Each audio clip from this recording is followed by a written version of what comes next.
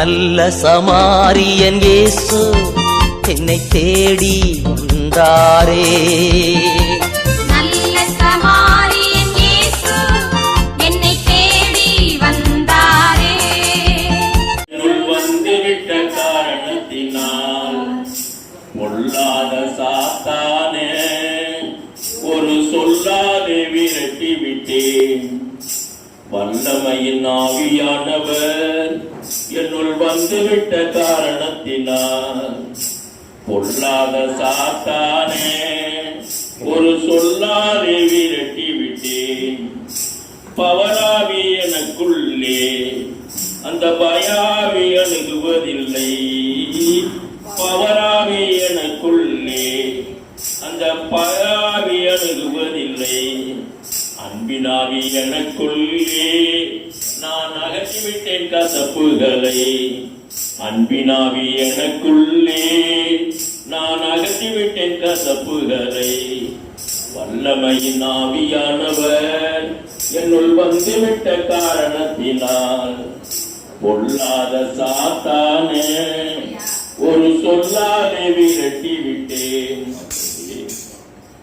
வல்லமையின் ஆவியானவர் இந்த கூடாரத்தை நிரப்ப வேண்டுமாய், இங்கு இருக்கின்ற ஒவ்வொருவரையும் நிரப்ப வேண்டுமாய்.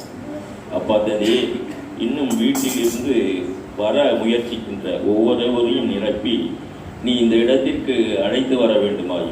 அப்பா தந்தையே, ஏதாவது தீய சக்திகள், தீய கிரியைகள் இவைகளையெல்லாம் நீ விரட்டி அவர்களை அழைத்து வந்து உம்முடைய வார்த்தைகளை கேட்கவும் உமக்காக எப்பொழுதும் ஜெபிக்கவும் அவர்களை அழைத்து வந்து எல்லோரையும் இங்கு ஒன்று கூட்ட வேண்டுமாய் அப்பா தந்தையை நோக்கி மன்றாடுகின்றோம். எங்கள் ஜெபம் கேளும் நல்ல பிதாவே. ஆமென், ஆமென்.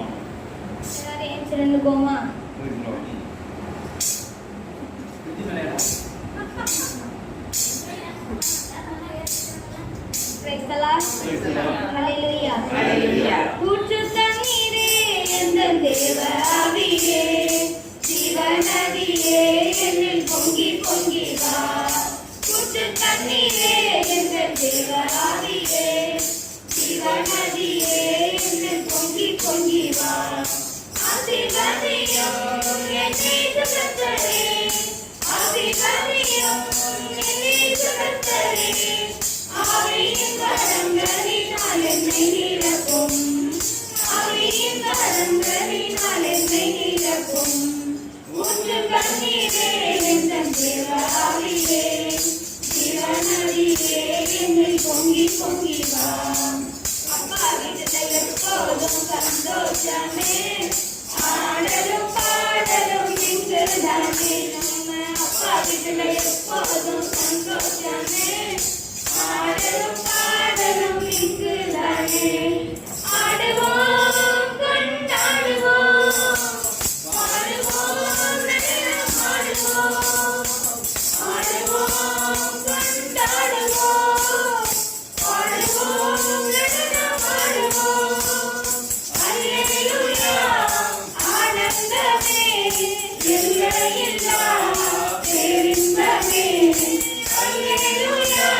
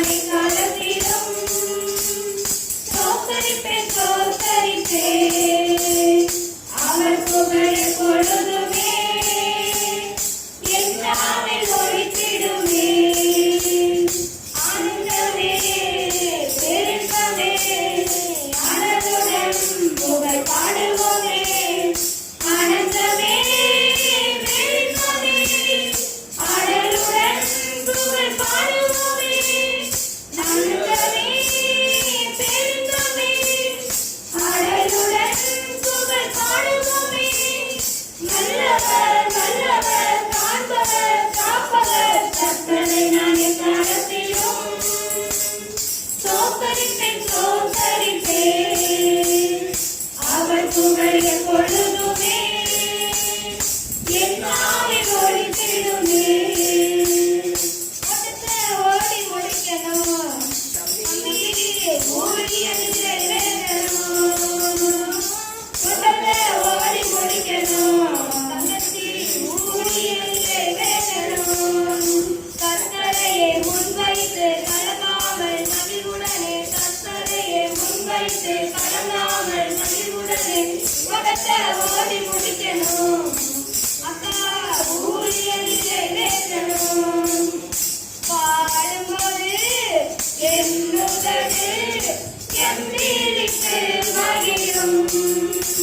நீ மீட்டுக் கொண்ட என் ஆன்மா அக்களித்து மகிழும். நான் பாடும்போது என்னுதடு எம்பிரித்து மகிழும். நீ மீட்டுக் கொண்ட என் ஆன்மா அக்களித்து மகிழும். கருவிலிருந்து தாங்கி வந்த கிருபையினாலே இந்நாள் வரை தாங்குகிறேன் இரக்கத்தினாலே. கருவிலிருந்து தாங்கி வந்த கிருபையினாலே இந்நாள் வரை தாங்குகிறேன் இரக்கத்தினாலே.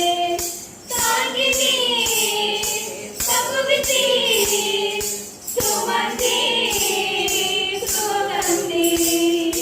தாங்கினீர், தப்புவித்தீர், சுமந்தீர், சுகந்தீர். கருவிலிருந்து தாங்கி வந்தேன் கிருபையினாலே இந்நாள் வரை தாங்குகிறேன் இரக்கத்தினாலே.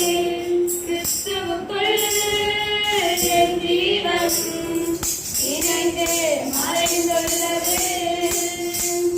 கிறிஸ்துவுக்குள் என் ஜீவன் இணைந்து மறைந்துள்ளது. நானல்ல இயேசுவே என்னில் வாழ்கிறார், இனி நானல்ல இயேசுவே என்னில் வாழ்கிறார். நானல்ல இயேசுவே என்னில் வாழ்கிறார், இனி நானல்ல இயேசுவே என்னில் வாழ்கிறார். கிறிஸ்துவுக்குள் என் ஜீவன் இணைந்து மறைந்துள்ளது. உங்கள் துக்கம் சந்தோஷமாய் மாறும், உங்கள் கவலைகள் கண்ணீர் எல்லாம் மறைந்துவிடும்.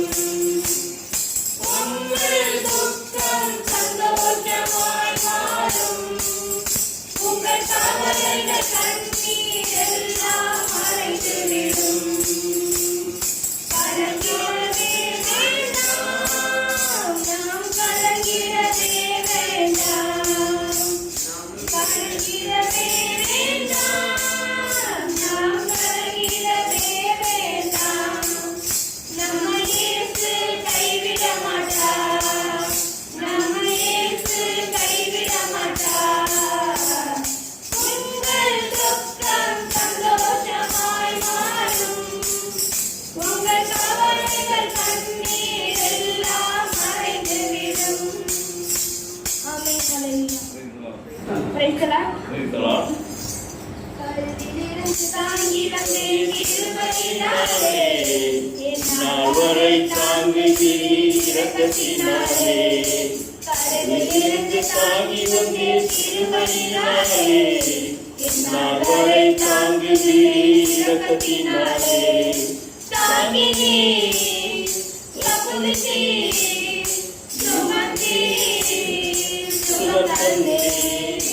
தாங்கினீர், தப்புவித்தீர், சுமந்தீர், சுகந்தீர். கருவிலிருந்து தாங்கி வந்தேன் கிருபையினாலே எந்நாள் வரை தாங்குகிறீர் இரக்கத்தினாலே. தகப்பன் போல தூக்கி நீலம் சுமந்து வருகிறீர், தாய் போல ஆற்றி நீலம் தேற்றி வருகிறீர். தகப்பன் போல தூக்கி நீலம் சுமந்து வருகிறீர், தாய் போல ஆற்றி நீலம் தேற்றி வருகிறீர். நன்றியா, இயேசுயா, நன்றியா, இயேசுயா, நன்றியா, இயேசுயா.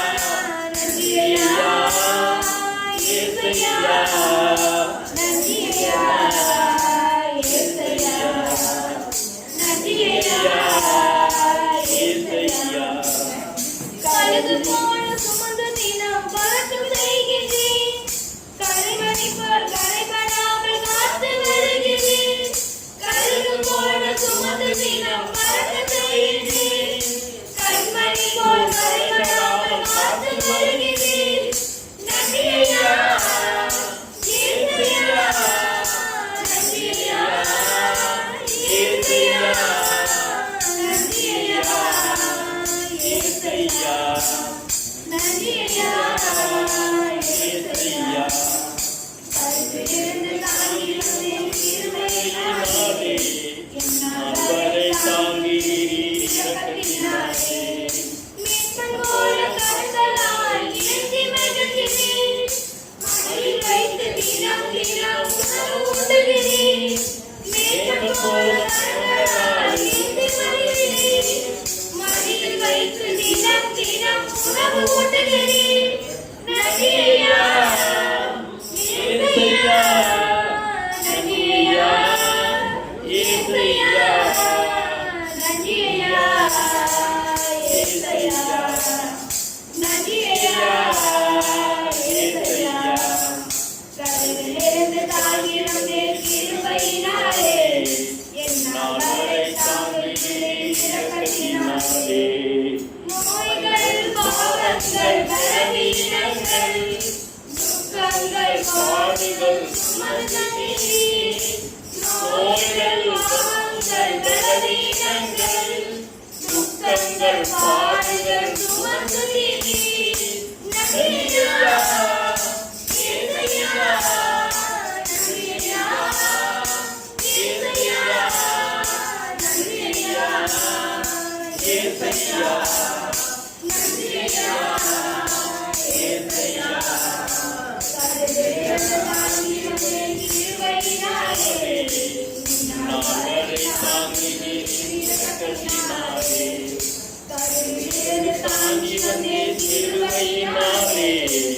என்னால் வரை தாங்குகிறேன் இரக்கத்தினாலே. பாடும்போது என் உதடு எம்பிருக்கு மகிழும்.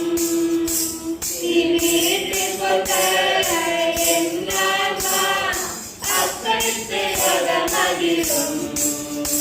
நான் பாடும்போது என் உதடு எம்பிருக்கு மகிழும். நீ வீட்டுக் கொண்ட என் ஆன்மா அர்ப்பணித்து மகிழும். நான் பாடுவேன், நான் துதிப்பேன், இரவு பகல் எந்நேரமும். நான் பாடுவேன், நான் துதிப்பேன், இரவு பகல் எந்நேரமும். உம் துதியால் என் நாவு நிறைந்து இருப்பதாக. உம் துதியால் என் நாவு நிறைந்து இருப்பதாக. நாள்தோறும் உம்மை துதிப்பேன், நம்பிக்கையோடு துதிப்பேன். நாள்தோறும் உம்மை துதிப்பேன், நம்பிக்கையோடு துதிப்பேன். பாடும்போது என் உதடு செம்பீரித்து மகிழும். நீ மீட்டுக் கொண்ட என் ஆன்மா அர்ப்பணித்து மகிழும். எப்போதும் நான் தேடும் கண்மலை நீர்தானே. எப்போதும் நான் தேடும் கண்மலை நீர்தானே. உங்களிடமும் காப்பதமும் எல்லாம் நீர்தானே. என் உங்களிடமும் காப்பதமும் எல்லாம் நீர்தானே. நாள்தோறும் உம்மை துதிப்பேன், நம்பிக்கையோடு துதிப்பேன். நாள்தோறும் உம்மை துதிப்பேன், நம்பிக்கையோடு துதிப்பேன்.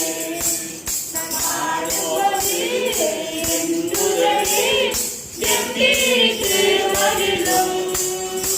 நீ மீட்டுக் கொண்ட என் ஆன்மா அக்கடித்து அகமகிழும் கருவறையில் இருக்கும்போது கர்த்தர் என்னை பராமரித்தீர். நான் கருவறையில் இருக்கும்போது கர்த்தர் என்னை பராமரித்தீர். ஒரு முறை குழந்தையாக வெளியேறி கொண்டு வந்தீர். ஒரு குறையின்றி குழந்தையாக வெளியேறி கொண்டு வந்தீர். நாள்தோறும் உம்மை துதிப்பேன், நம்பிக்கையோடு துதிப்பேன். நாள்தோறும் உம்மை துதிப்பேன், நம்பிக்கையோடு துதிப்பேன். பாடுவது என் உதடு கம்பீரித்து மகிழும். நீர் மீட்டுக் கொண்ட என் ஆன்மா அக்கடித்து அகமகிழும். இளமை முதல் இதுவரையில் நீரே என் எதிர்காலம். இளமை முதல் இதுவரையில் நீரே என் எதிர்காலம். நீர்தானே என் தலைவர், நோக்கமும் நம்பிக்கையும். நீர்தானே என் தலைவர், நோக்கமும் நம்பிக்கையும். நாள்தோறும் உம்மை துதிப்பேன், நம்பிக்கையோடு துதிப்பேன். நாள்தோறும் உம்மை துதிப்பேன், நம்பிக்கையோடு துதிப்பேன். பாடுவது என் உதடு கம்பீரித்து மகிழும். நீர் கொண்ட என் ஆன்மா அக்கடித்து அகமகிழும். ஆனாலும் தள்ளிவிடாதவரே, நன்முதிர் வயதில் ஆனாலும் தள்ளிவிடாதவரே, இடரக்குன்றி போகும்போது கைவிடாதவரே, இடரக்குன்றி போகும்போது கைவிடாதவரே. நாள்தோறும் உம்மை துதிப்பேன், நம்பிக்கையோடு துதிப்பேன். நாள்தோறும் உம்மை துதிப்பேன், நம்பிக்கையோடு துதிப்பேன். பாடுவது என் உதடு கம்பீரித்து மகிழும். நீர் மீட்டுக் கொண்ட என் ஆன்மா அக்கடித்து அகமகிழும். நான் பாடும்போது என் உதடு கம்பீரித்து மகிழும். நீர் மீட்டுக் கொண்ட என் ஆன்மா அக்கடித்து அகமகிழும். ஆத்துமாவே கர்த்தரையே நோக்கி அமர்ந்திரு. ஆத்துமாவே கர்த்தரையே நோக்கி அமர்ந்திரு. நான் நம்புவது அவராலே வருந்தை வந்திடுமே. நான் நம்புவது கர்த்தராலே வருந்தை வந்திடுமே. ஆத்துமாவே கர்த்தரையே நோக்கி அமர்ந்திரு. விட்டுவிடாத நம்பிக்கை என்றும் மிகுமதி உண்டு. விசுவாசத்தால் உலகத்தை வெல்வது நீதான். விட்டுவிடாத நம்பிக்கை மிகுமதி உண்டு. விசுவாசியால் உலகத்தை வெல்வது நீதான். உலகை வாழ்பவர், உலகை ஆள்பவர், உலகை ஆள்பவர். நான் நம்புவது அவராலே மறுமை வந்திடுமே. நான் நம்புவது கர்த்தராலே மறுமை வந்திடுமே. ஆத்துமாவே கர்த்தரையே நோக்கி அமர்ந்திரு. உன்னதமான கர்த்தரிடத்தில் மனைவி வாழ்கிறோம். சர்வவல்லவர் நிழலில் தினம் வாசம் செய்கின்றோம். உன்னதமான கர்த்தரிடத்தில் மனைவி வாழ்கிறோம். சர்வவல்லவர் நிழலில் தினம் வாசம் செய்கின்றோம். பாதை அணுகாது, தீங்கு நெருங்காது. பாதை அணுகாது, தீங்கு நெருங்காது. நான் நம்புவது அவராலே வருகை வந்திடுமே.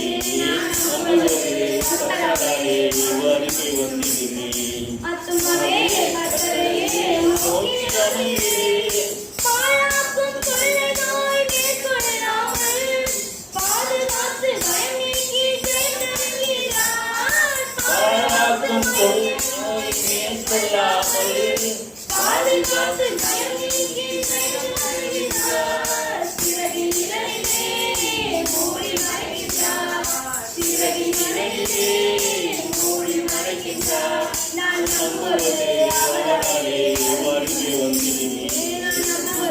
கர்த்தராலே வருகை வந்திடுமே. ஆத்துமாவே கர்த்தரையே நோக்கி அமர்ந்திரு. கர்த்தர் நமது அடைக்கலமும் புகலிடமானார். நம்பியிருக்கும் என் தகப்பன் என்று சொல்லுவோம்.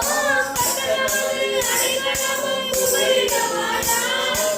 நம்பியிருக்கும் என் தகப்பன் என்று சொல்லுவோம். சோதனை ஜெயிப்போம், சாதனை படைப்போம்.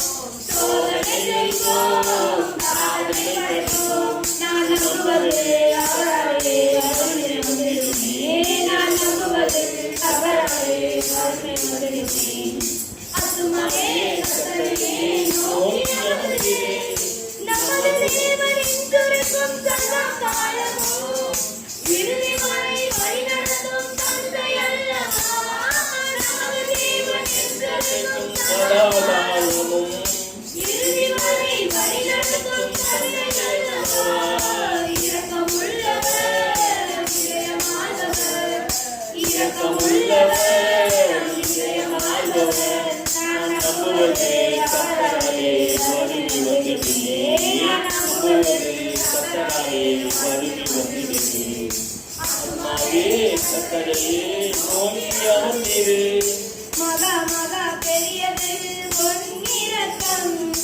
ஒவ்வொரு நாளும் புதியது உன் கிருபை.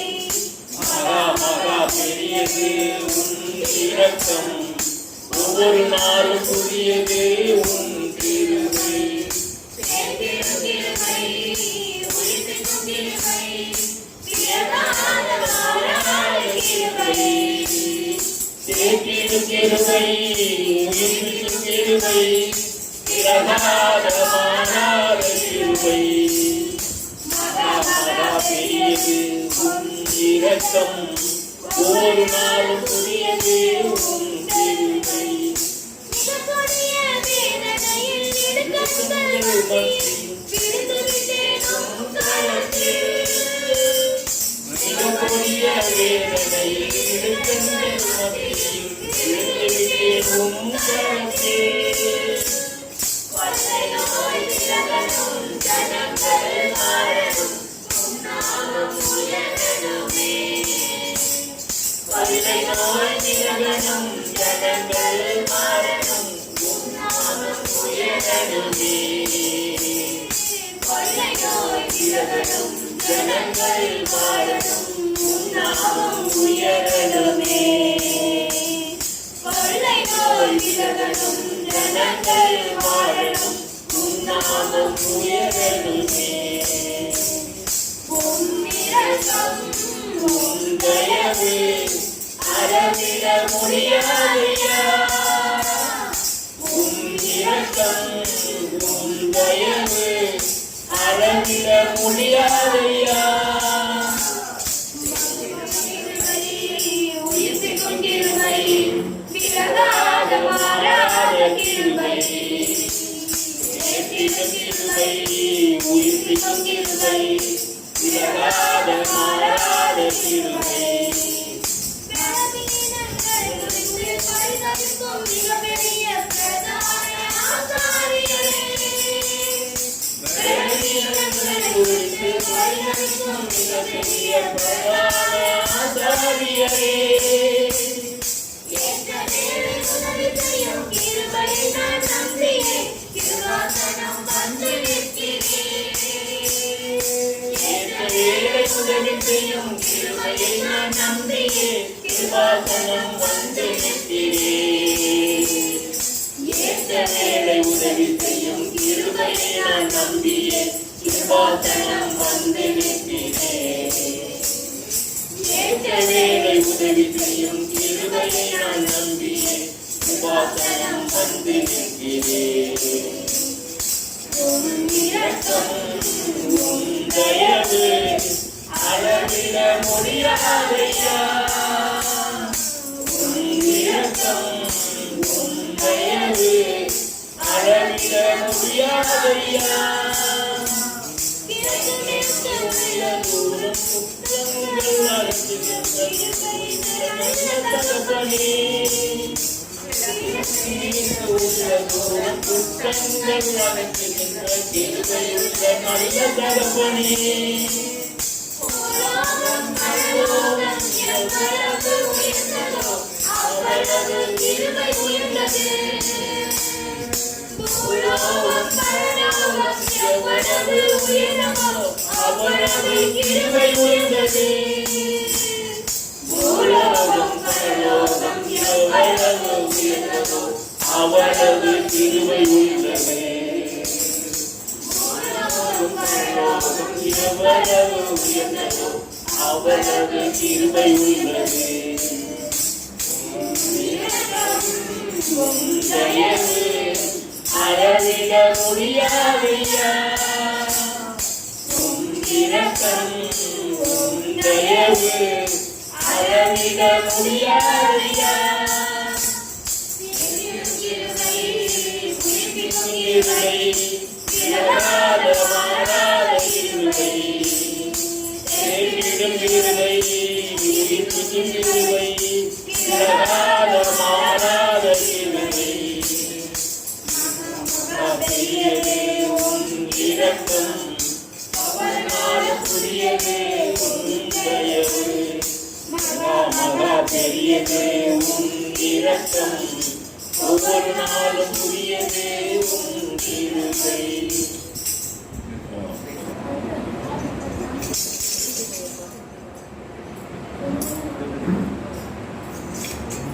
என் தாய் உருவாகும் முன்னே என் கருவை கண்டீரையா.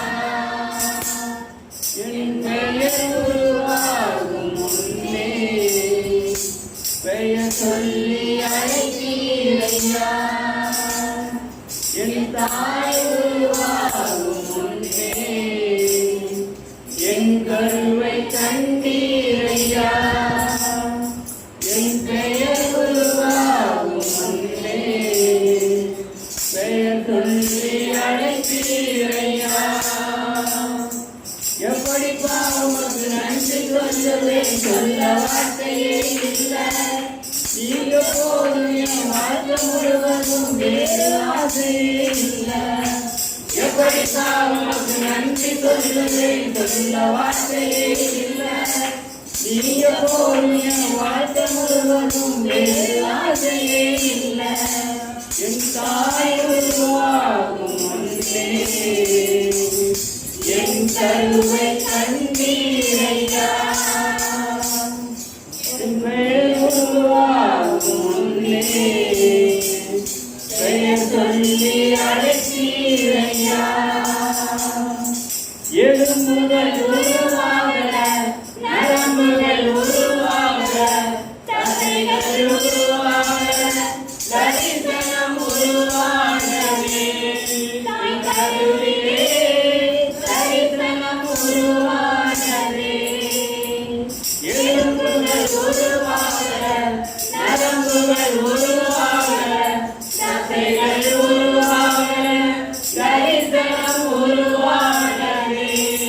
தாய் கருவிலே தரிசனம் உருவாகவே.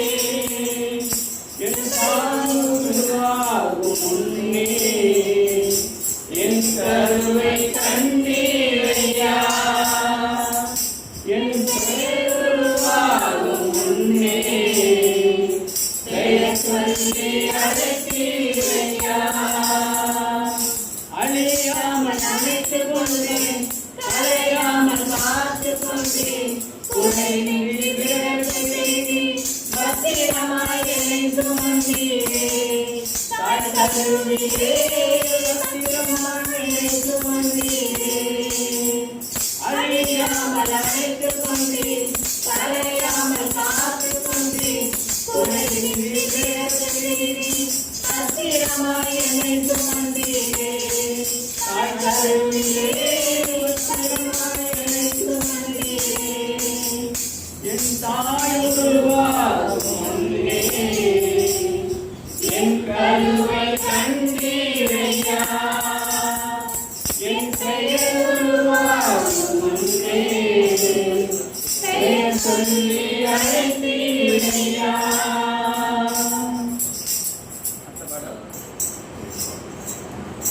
அப்புறம் போகிறவர் போல காணப்பட்டாலும் இயேசு, அப்புறம் போகிறவர் போல காணப்பட்டாலும் இயேசு உன்மீது நோக்கமாயுள்ளார், உன் நினைவெல்லாம் அவர் அறிவார். உன்மீது நோக்கமாயுள்ளார், உன் நினைவெல்லாம் அவர் அறிவார். காக்கின்றவர், உருவாக்கின்றவர், தோளின் மேல் சுமக்கின்றவர். காக்கின்றவர், உருவாக்கின்றவர், தோளின் மேல் சுமக்கின்றவர். மீண்டும் காக்கின்றவர், உருவாக்கின்றவர், தோளின் மேல் சுமக்கின்றவர். அப்புறம் போகிறவர் போல காணப்பட்டாலும் இயேசு, அப்புறம் போகிறவர் போல காணப்பட்டாலும் இயேசு. உன்மீது நோக்கமாயுள்ளார், உன் நினைவெல்லாம் அவர் அறிவார். உன்மீது நோக்கமாயுள்ளார், உன் நினைவெல்லாம் அவர் அறிவார். காக்கின்றவர், உருவாக்கின்றவர், தோளின் மேல் சுமக்கின்றவர். மோரியாவிலானவரை அவர் காணாதவர் போலிருந்தார். மோரியாவிலானவரை அவர் காணாதவர் போலிருந்தார். ஈசாவுக்கு மறுவாழ்வளித்து அழுதிக்கு எழுப்பினார். ஈசாவுக்கு மறுவாழ்வளித்து அழுதிக்கு எழுப்பினார். அப்புறம் போகிறவர் போல காணப்பட்டாலும் இயேசு, அப்புறம் போகிறவர் போல காணப்பட்டாலும் இயேசு. உன்மீது நோக்கமாயுள்ளார், உன்மீதெல்லாம் அவர் அறிவார். உன்மீது நோக்கமாயுள்ளார், உன்மீதெல்லாம் அவர் அறிவார். காக்கின்றவர், உருவாக்கின்றவர், தோளின் மேல் சுமக்கின்றவர். கப்பலின் அடித்தட்டில் அவர் காணாதவர் போல இருந்தார். கப்பலின் அடித்தட்டில் அவர் காணாதவர் போல இருந்தார். எழுந்து வந்தார், அழைத்துச் சென்றார், அக்கறை கருதுகின்றனர். எழுந்து வந்தார், அழைத்துச் சென்றார், அக்கறை கருதுகின்றனர். அப்புறம் போகிறவர் போல காணப்பட்டாலும் இயேசு, அப்புறம் போகிறவர் போல காணப்பட்டாலும் இயேசு. உன் தீரை நோக்கமாயுள்ளார், உன் நினைவெல்லாம் அவர் அறிவார். உன் தீரை நோக்கமாயுள்ளார், உன் நினைவெல்லாம் அவர் அறிவார். காக்கின்றவர், உருவாக்கின்றவர், தோளின் மேல் சுமக்கின்றவர். காணாமல் கல்யாணத்தில் அவர் காணாதவர் போலிருந்தார். காணாமல் கல்யாணத்தில் அவர் காணாதவர் போலிருந்தார். மரியா வந்தார், எடுத்துச் சொன்னார், தண்ணீரை ரசமாக்கினார். மரியா வந்தார், எடுத்துச் சொன்னார், தண்ணீரை ரசமாக்கினார். மரியா வந்தார், எடுத்துச் சொன்னார், தண்ணீரை ரசமாக்கினார். அப்புறம் போகிறவர் போல காணப்பட்டாலும் இயேசு, அப்புறம் போகிறவர் போல காணப்பட்டாலும் இயேசு. உன்மீது நோக்கமாயுள்ளார், உன் நினைவெல்லாம் அவர் அறிவார். உன்மீது நோக்கமாயுள்ளார், உன் நினைவெல்லாம் அவர் அறிவார். காக்கின்றவர், உருவாக்கின்றவர், தோளின் மேல் சுமக்கின்றவர், காக்கின்றவர், உருவாக்கின்றவர், தோளின் மேல் சுமக்கின்றவர். உங்க ஊழியம் நானே கலைஞனும் அழைச்சது நீங்க, நடத்தி செல்வீங்க. உங்க ஊழியம் நானே கலைஞனும் அழைச்சது நீங்க, நடத்தி செல்வீங்க. சித்தங்கள் சர்வவரும் நீதானையா, செல்வருமே மணிமவரும் நீதானையா. சித்தங்கள் சர்வவரும் நீதானையா, செல்வருமே மணிமவரும் நீதானையா. எஜமானனே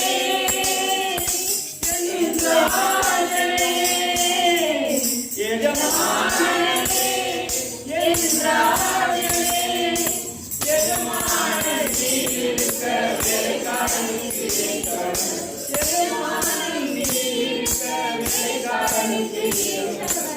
உங்கள் ஊழியம் நானே கலைஞனும் அழைத்தது நீங்க, நடத்தி செல்வீங்க. எலியாவை காணக் கொண்டு போதித்தீரே, சூறை செடி சோறு நீங்கள் தேடினீரே. எலியாவை காணக் கொண்டு போதித்தீரே, சூறை செடி சோறு நீங்கள் தேடினீரே.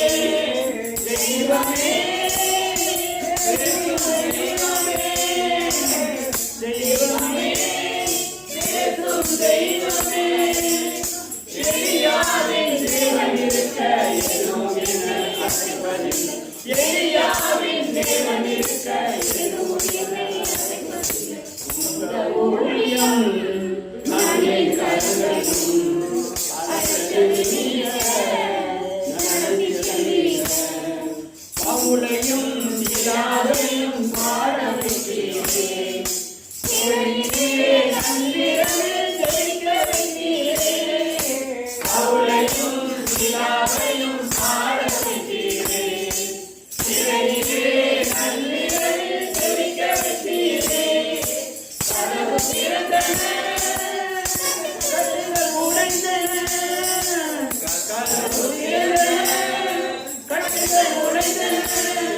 காக்கும் தெய்வம் நீர் இருக்க கவலை பயம் எனக்கு, காக்கும் தெய்வம் நீர் இருக்க கவலை பயம் எனக்கு.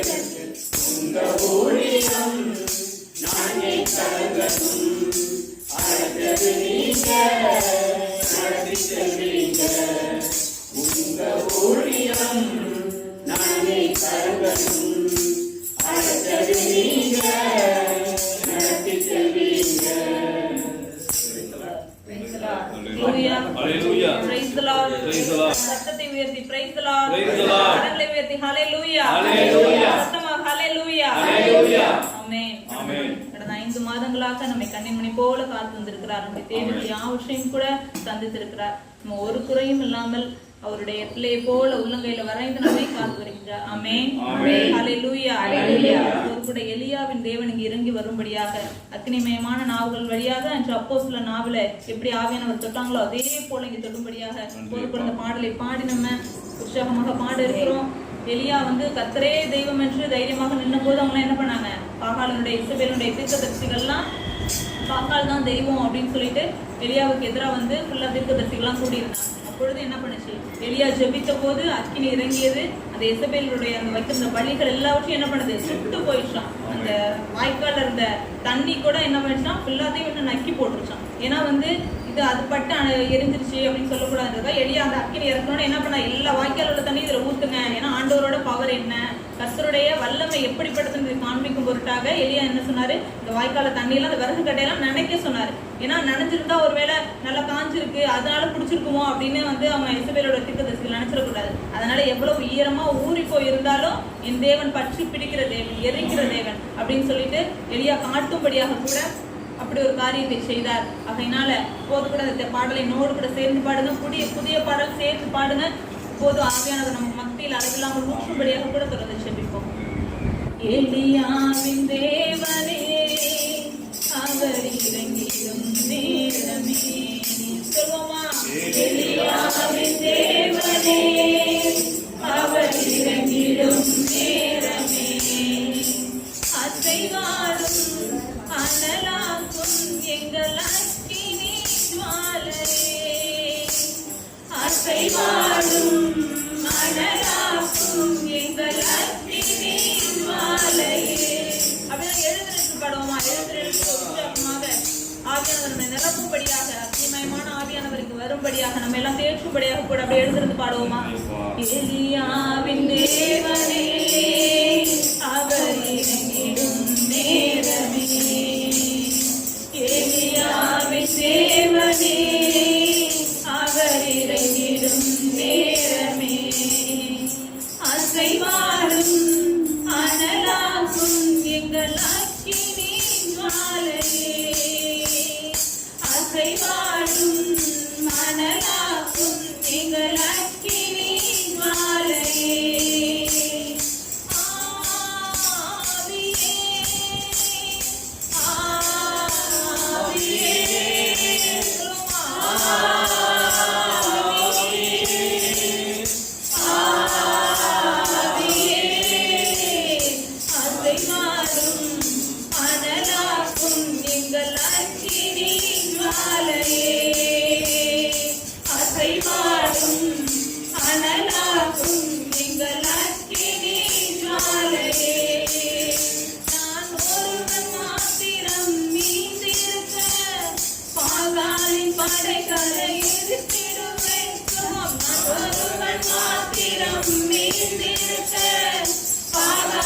படைகளை எதிர்த்திடுவேன். நான் ஜெபிக்க ஜெபிக்க அவர் தலையசைப்பார். நான் ஜெபிக்க ஜெபிக்க அவர் தலையசைப்பார்.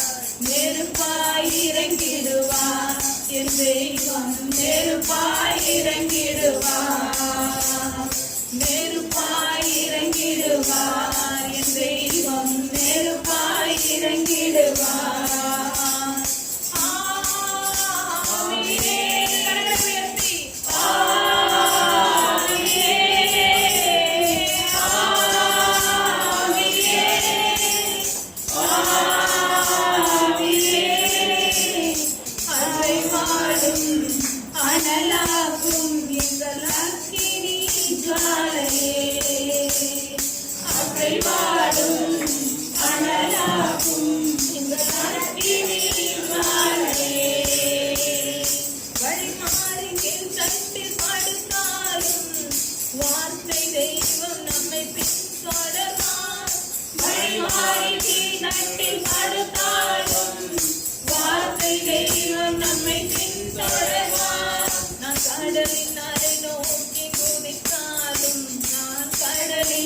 நோக்கி குதித்தாலும் மீனை கொண்டு மீட்பார். என் ஜீவனை மீனை கொண்டு மீட்பார்.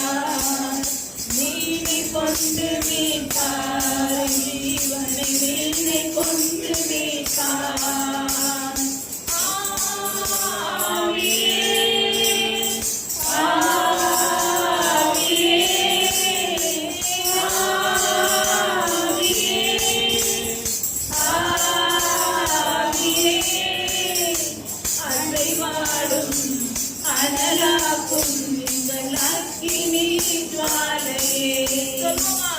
அசைவாடும் மணலாக்கும் எங்கள் அக்கினி ஜுவாலையே.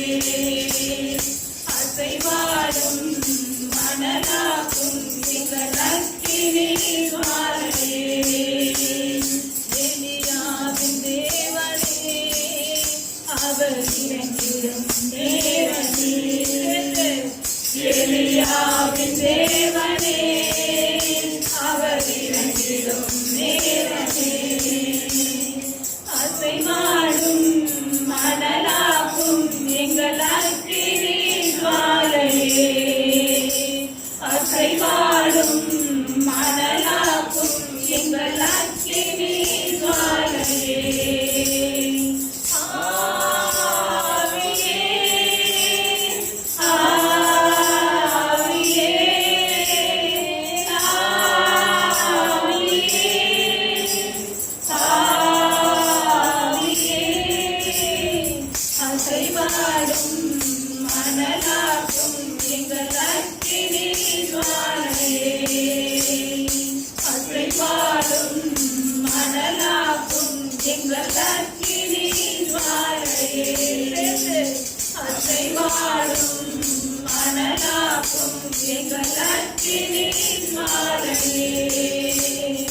அசைவாடும் மணலாக்கும் எங்கள் அக்கினி ஜுவாலையே. எங்கள் மத்தியில் அசைவாடுங்க ராஜா. அப்பா எங்களை அனலாக்கணும் சுவாமி. அவனுடைய அபிஷேகம் ஊற்றப்படணும் சுவாமி, ஊற்றப்படணும் சுவாமி. வாய்களை திறந்து தேவாதி தேவனை ஸ்தோத்தரித்த மகிழ்வோமா, ஸ்தோத்திரிகளை நினைத்து அப்படி ஸ்தோத்தரித்த மகிழ்வோமா, அவருடைய உன்னதமான நாமத்தை நினைத்து அவர் செய்த காரியங்களை நினைத்து நன்றியோடு கூட ஸ்தோத்தரித்த மகிழ்வோமா. ஸ்தோத்திரம் ஆண்டவரே, ஸ்தோத்திரிக்கிற தகப்பனே, உன்னதமான தெய்வமே ஸ்தோத்தரிக்கிறோம்ப்பா. சிங்காசனத்துல வீற்றிருக்கிறவரே ஸ்தோத்தரிக்கிறோம் சுவாமி. எங்கள் மத்தியில் அசைவாடுகிறவரே ஸ்தோத்தரிக்கிறோம்ப்பா. எங்கள் மத்தியில் பெரிய காரியங்களை செய்கிறவரே ஸ்தோத்தரிக்கிற ராஜா. கோணலானவைகளை செவ்வையாக்குகிற தெய்வமே ஸ்தோத்தரிக்கிற ராஜா. அப்பா கரடு முரடானதை நேராக்குகிற தெய்வமே ஸ்தோத்தரிக்கிற சுவாமி. எங்கள் வழிகள் எல்லாம் அறிந்திருக்கிறவரே ஸ்தோத்தரிக்கிற ராஜா. அப்பா எங்கள் பாதைகள் மேல நோக்கமா இருக்கிறவரே ஸ்தோத்தரிக்கிற சுவாமி. நாங்கள் செல்லும் வழியெல்லாம் எங்கள் கூட வருகிறவரே ஸ்தோத்தரிக்கிற ராஜா. நாங்கள் ரெண்டு விலகுவதும் இல்லை கைவிடுவதும் இல்லை என்று வசனத்தின் பிரகாரமாக அப்பா கற்பனை எங்களுக்கு விலகாதவரே ஸ்தோத்தரிக்கிற சுவாமி. எங்கள் தேவர்கள் யாவையும் அறிந்தவரே ஸ்தோத்தரிக்கிற ராஜா.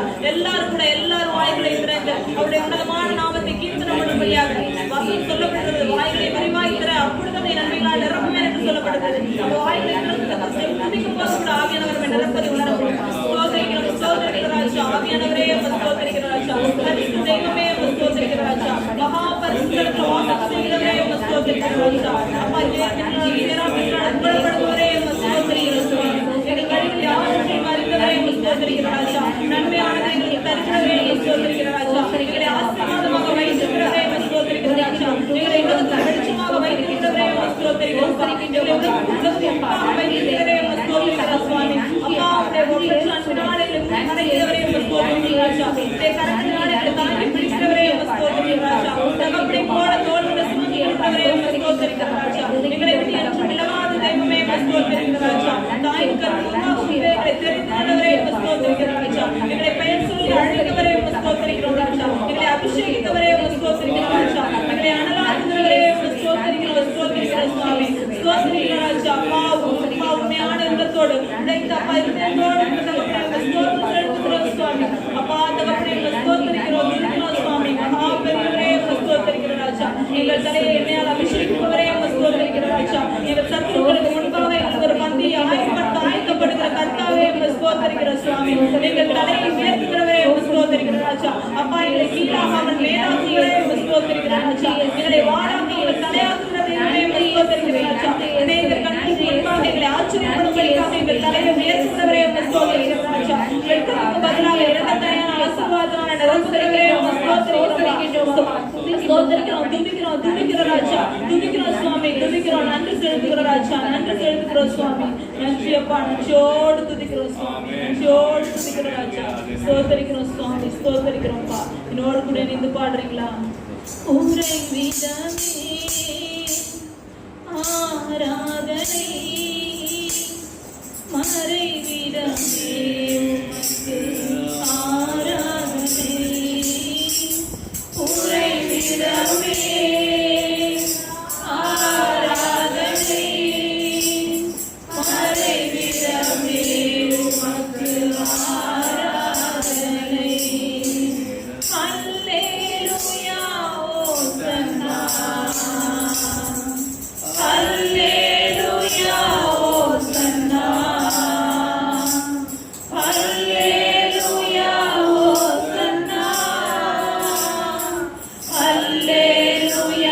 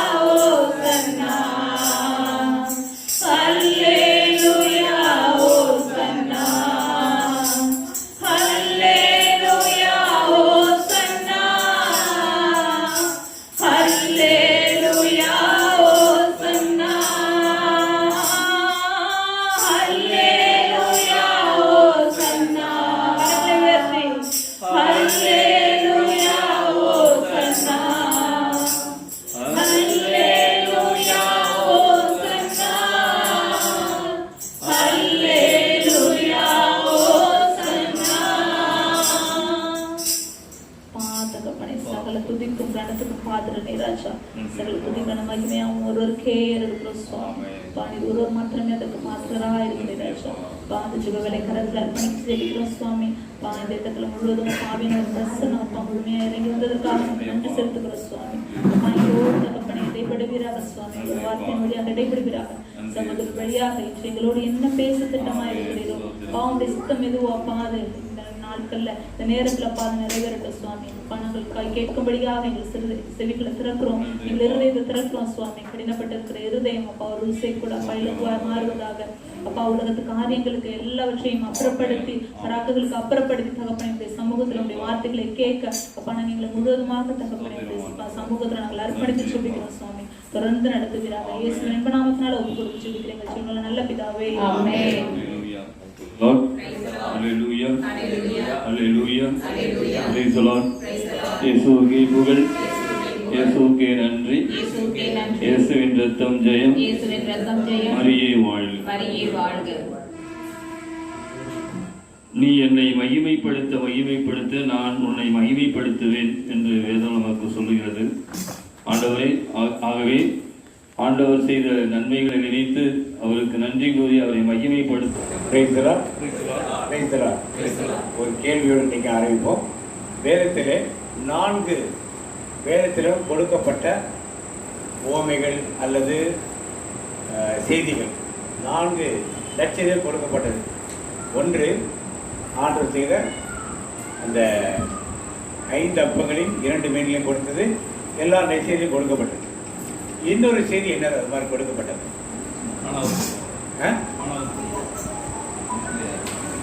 ஓடி போயிடுறாங்க. காணாம திருமணம் 4 நற்செய்தி கொடுத்துருக்கா? ஏன் பையங்களா பின்னால போயிட்டீங்க? முன்னால வாங்க. Boys come friends. சின்ன பிள்ளைங்களா முன்னால வாங்க. யாரு பின்னால சின்ன பிள்ளை உட்காந்துருக்கு? Come friend. 4 நற்செய்தி எழுதப்பட்டிருக்கிற ஒரு சம்பவம்.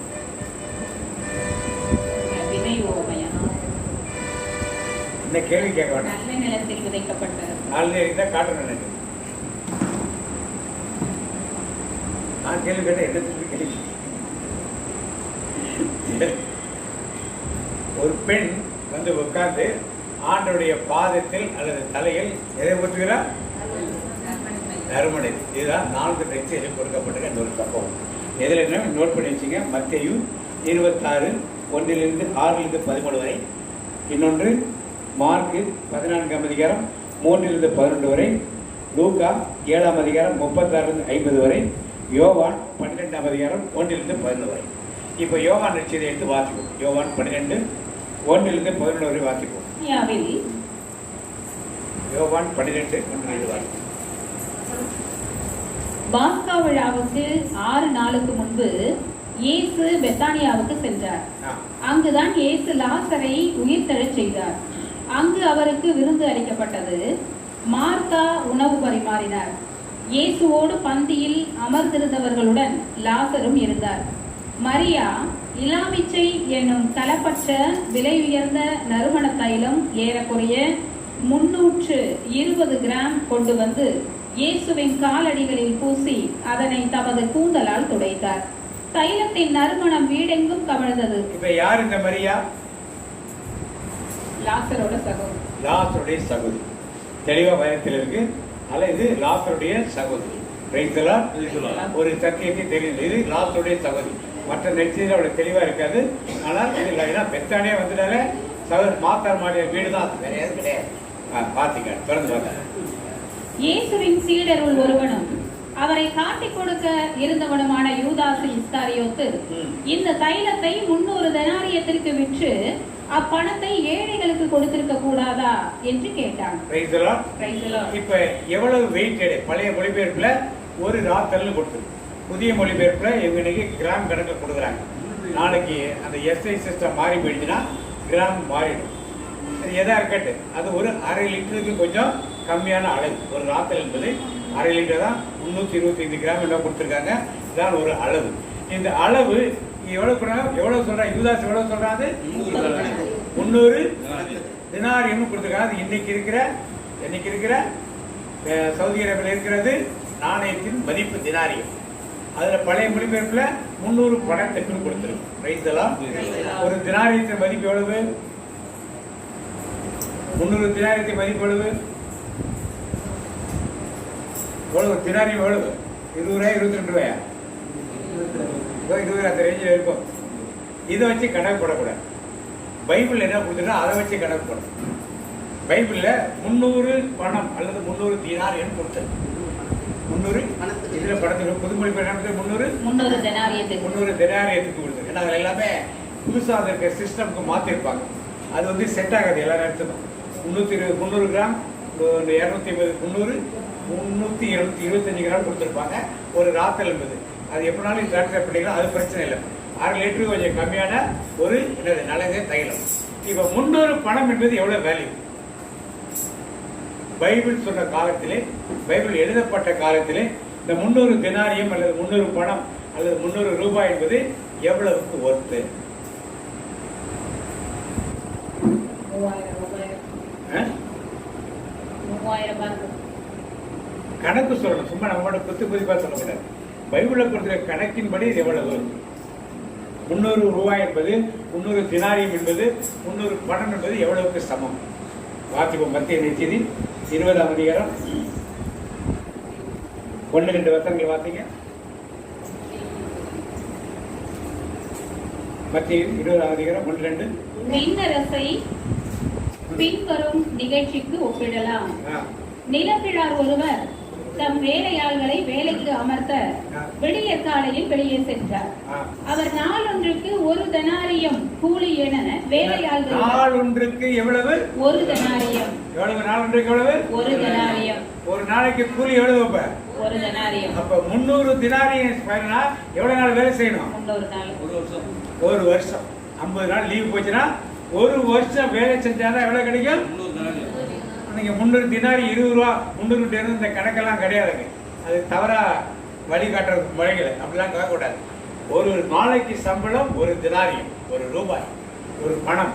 அப்ப ஒரு வருஷத்துல 50 நாள் லீவ் போச்சுன்னா 300 நாள் வேலைக்கு வருவாங்க. 300 நாள் வேலை செஞ்சா 300. அப்ப அவள் வைத்திருந்த அந்த என்னது நறுமண தைலம் ஒரு வருடத்திய சம்பளம், வருமானம், ஒரு வருடத்திய. இன்னைக்கு ஒரு மேசன் வேலை செய்யறாரு, ஒரு நாளைக்கு 1000 ரூபாய் சம்பாத்திய மேசன். கரெக்டா? எவ்வளவு? 300 நாளைக்கு வேலை செஞ்சா 3 லட்சம் ரூபாய். அந்த நடந்த விலை எவ்வளவு? 3 லட்சம். ஒரு ஐடி கம்பெனில வேலை செய்யற ஒருத்தர், அவருக்கு மாசம் 50,000 ரூபாய் சம்பளம். அப்ப எவ்வளவு ஆச்சு?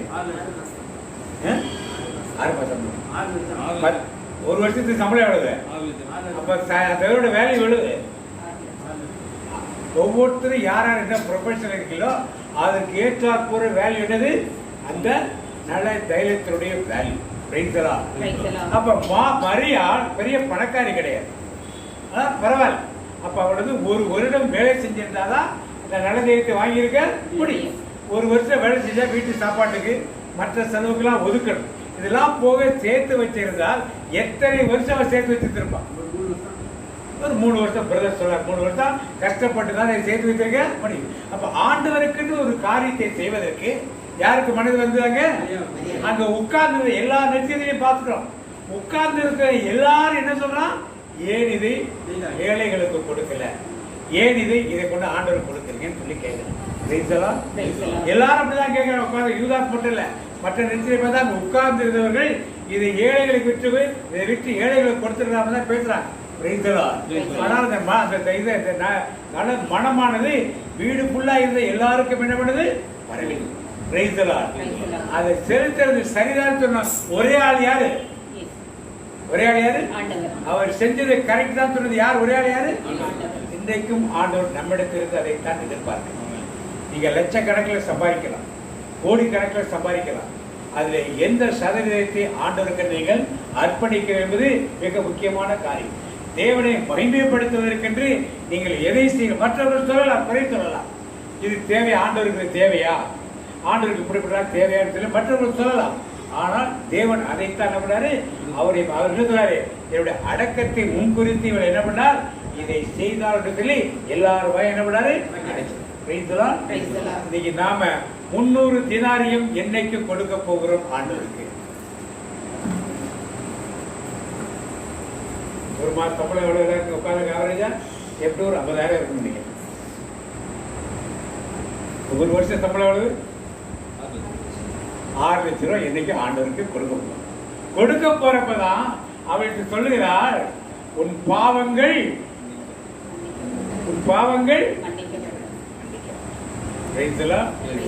ஆண்டவருக்கு அர்ப்பணிப்பு இருக்க வேண்டும் என்று யோபை சொல்லுகிறோம். புரிஞ்சுச்சா? புரியல எல்லாருக்கும்? ரொம்ப கஷ்டமா இருக்கும் ஏத்துக்கிறதுக்கு. கஷ்டமா இருக்கு சொல்றவங்க ஒரு ஆமைன்னு சொல்லுவோமா? வேலை செய்யறவங்க கொஞ்சம் கஷ்டமா இருக்கும். வேலை செய்ய நீங்க ரிட்டையர் ஆகிட்டீங்க அப்படின்னு சொல்லுங்க. அப்படிலாம் கிடையாது. எல்லோருக்கும் ஒரு சத்தியந்தமாக இன்றைக்கு நாம் ஒரு ஒரு தகப்பனை பற்றி தியானிக்க போறோம். யாரு முற்பிதாக்கள்? யாரு முற்பிதாக்கள்? ஆபிரகாம், ஈசாக்கு. இதுல யாரு நல்ல முற்பிதா? நல்லவர் யாரு, கெட்டவர் யாரு?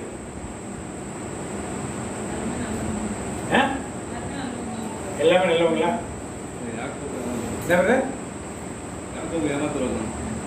ஏமாத்துறதா? யாரு நல்லவர், யாரு கெட்டவர்?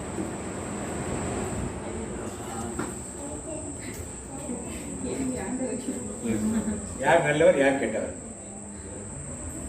என் முகத்தை நீங்க பாக்க, உங்க முகம் இந்த அங்கேயார லைட் அடிக்கல, ஆடியன்ஸ் பக்கம் லைட் அடிக்க. கீழே எல்லாம் எரிகிற மாதிரி இருக்கு இல்லையா?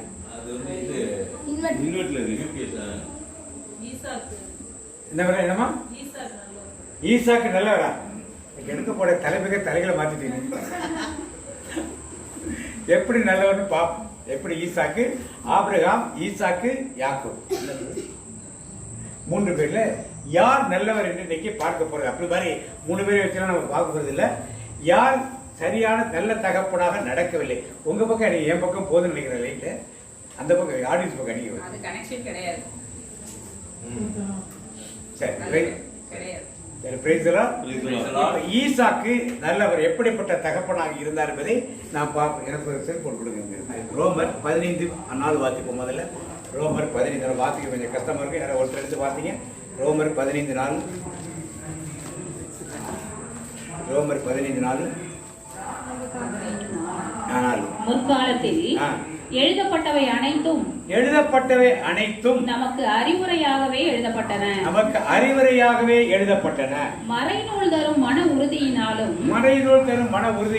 ஊக்கத்தினாலும் நமக்கு எதிர்நோக்கு உண்டாகிறது. எனவே எழுதப்பட்டவை எல்லாம் நமக்கு அறிவுரையாக இருக்கிறது. பைபிள்ல நல்லது எழுதப்பட்டிருக்கும், கெட்டது எழுதப்பட்டிருக்கும், தீயவைகள் எழுதப்பட்டிருக்கும், மோசமானவை எழுதப்பட்டிருக்கும். ஏன் எல்லாமே எழுதப்பட்டிருக்குன்னா அவைகள் நமக்கு ஒரு அறிவுரையாக இருக்கின்றன. ஒரு அறிவுரையாக நமக்கு இருக்கின்றன. இப்ப ஈசாக்கை பற்றி வேதத்துல பார்த்தோம்னா நிறைய எழுதப்பட்டிருக்காங்க. ஆரம்பத்துல பார்த்தோம்னா ஈசாக்கு ஒரு நல்ல தகப்பனா என்ற கேள்விதான் இதை வைக்கும். ஈசாக்கு ஒரு நல்ல தகப்பனாக இருந்தாரா என்பதை பற்றி தான் இன்றைக்கு நாம் பார்க்க போகிறோம். தொடக்க நூல் 12ஆம் அதிகாரத்திலிருந்து 25 வரைக்கும் ஆபிரகாமை பற்றி இருக்கு. ஆபிரகாம் எப்படி கானான் தேசத்துக்கு வந்தார், எப்படி கானான் தேச ஆண்டவருக்கு ஊழியத்தை ஆரம்பித்தார், இதெல்லாம் இருக்கு. எப்படி ஈசாக்கை பெற்றார், ஈசாக்கு எப்படி பலியிட போனார், இதெல்லாம் இருக்கு. 27 37 வரைக்கும் யாக்கோபை பற்றி இருக்கு. அடுத்தது 26 27 மட்டும்தான் யாரை பற்றி இருக்குது? ஈசாக். அது ஈசாக்கை பற்றி பெருமையாக எழுதப்பட்டது ரொம்ப குறைவு. ஈசாக்கை பற்றி பெருமையாக எழுதப்பட்டது மிகவும் குறைவு.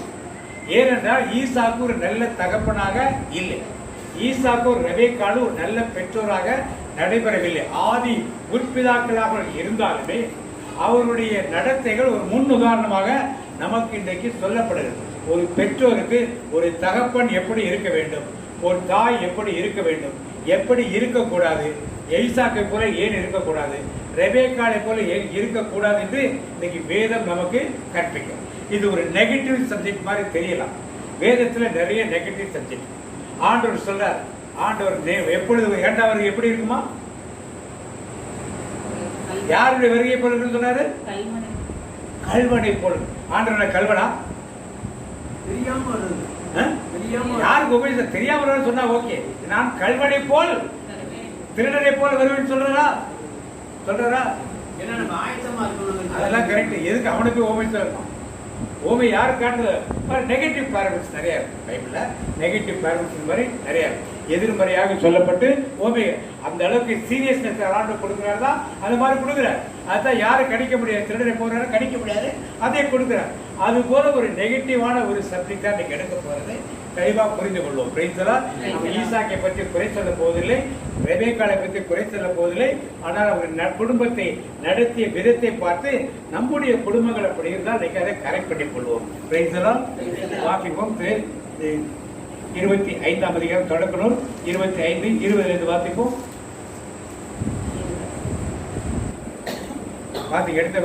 ஈசாக்கிற்கு 40 வயதான போது பதான் அராமை சார்ந்த அரமேயன் பெத்துவேலின் மகளும் அரமேயன் லாபானின் சகோதரியுமான ரெபேக்காவை மணந்து கொண்டார். சரி.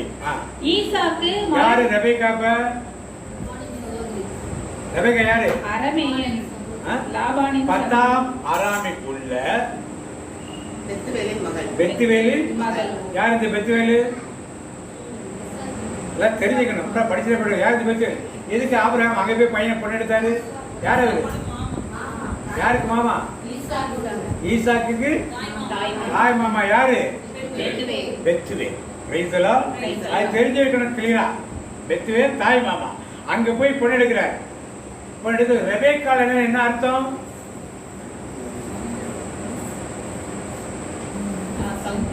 என்ன அர்த்தம்? மிகுந்த அழகுடையவள். ரெபேக்காள் அழகுள்ளவள். ரெபேக்காள் என்ற பேருக்கு என்ன அர்த்தம் கேட்கிறேன். ரெகபோத்து அப்புறம் பின்னால வருது. ரெபேக்காள் என்றால் முட்டுக்கட்டை என்ற அர்த்தம். முட்டுக்கட்டை அர்த்தம்.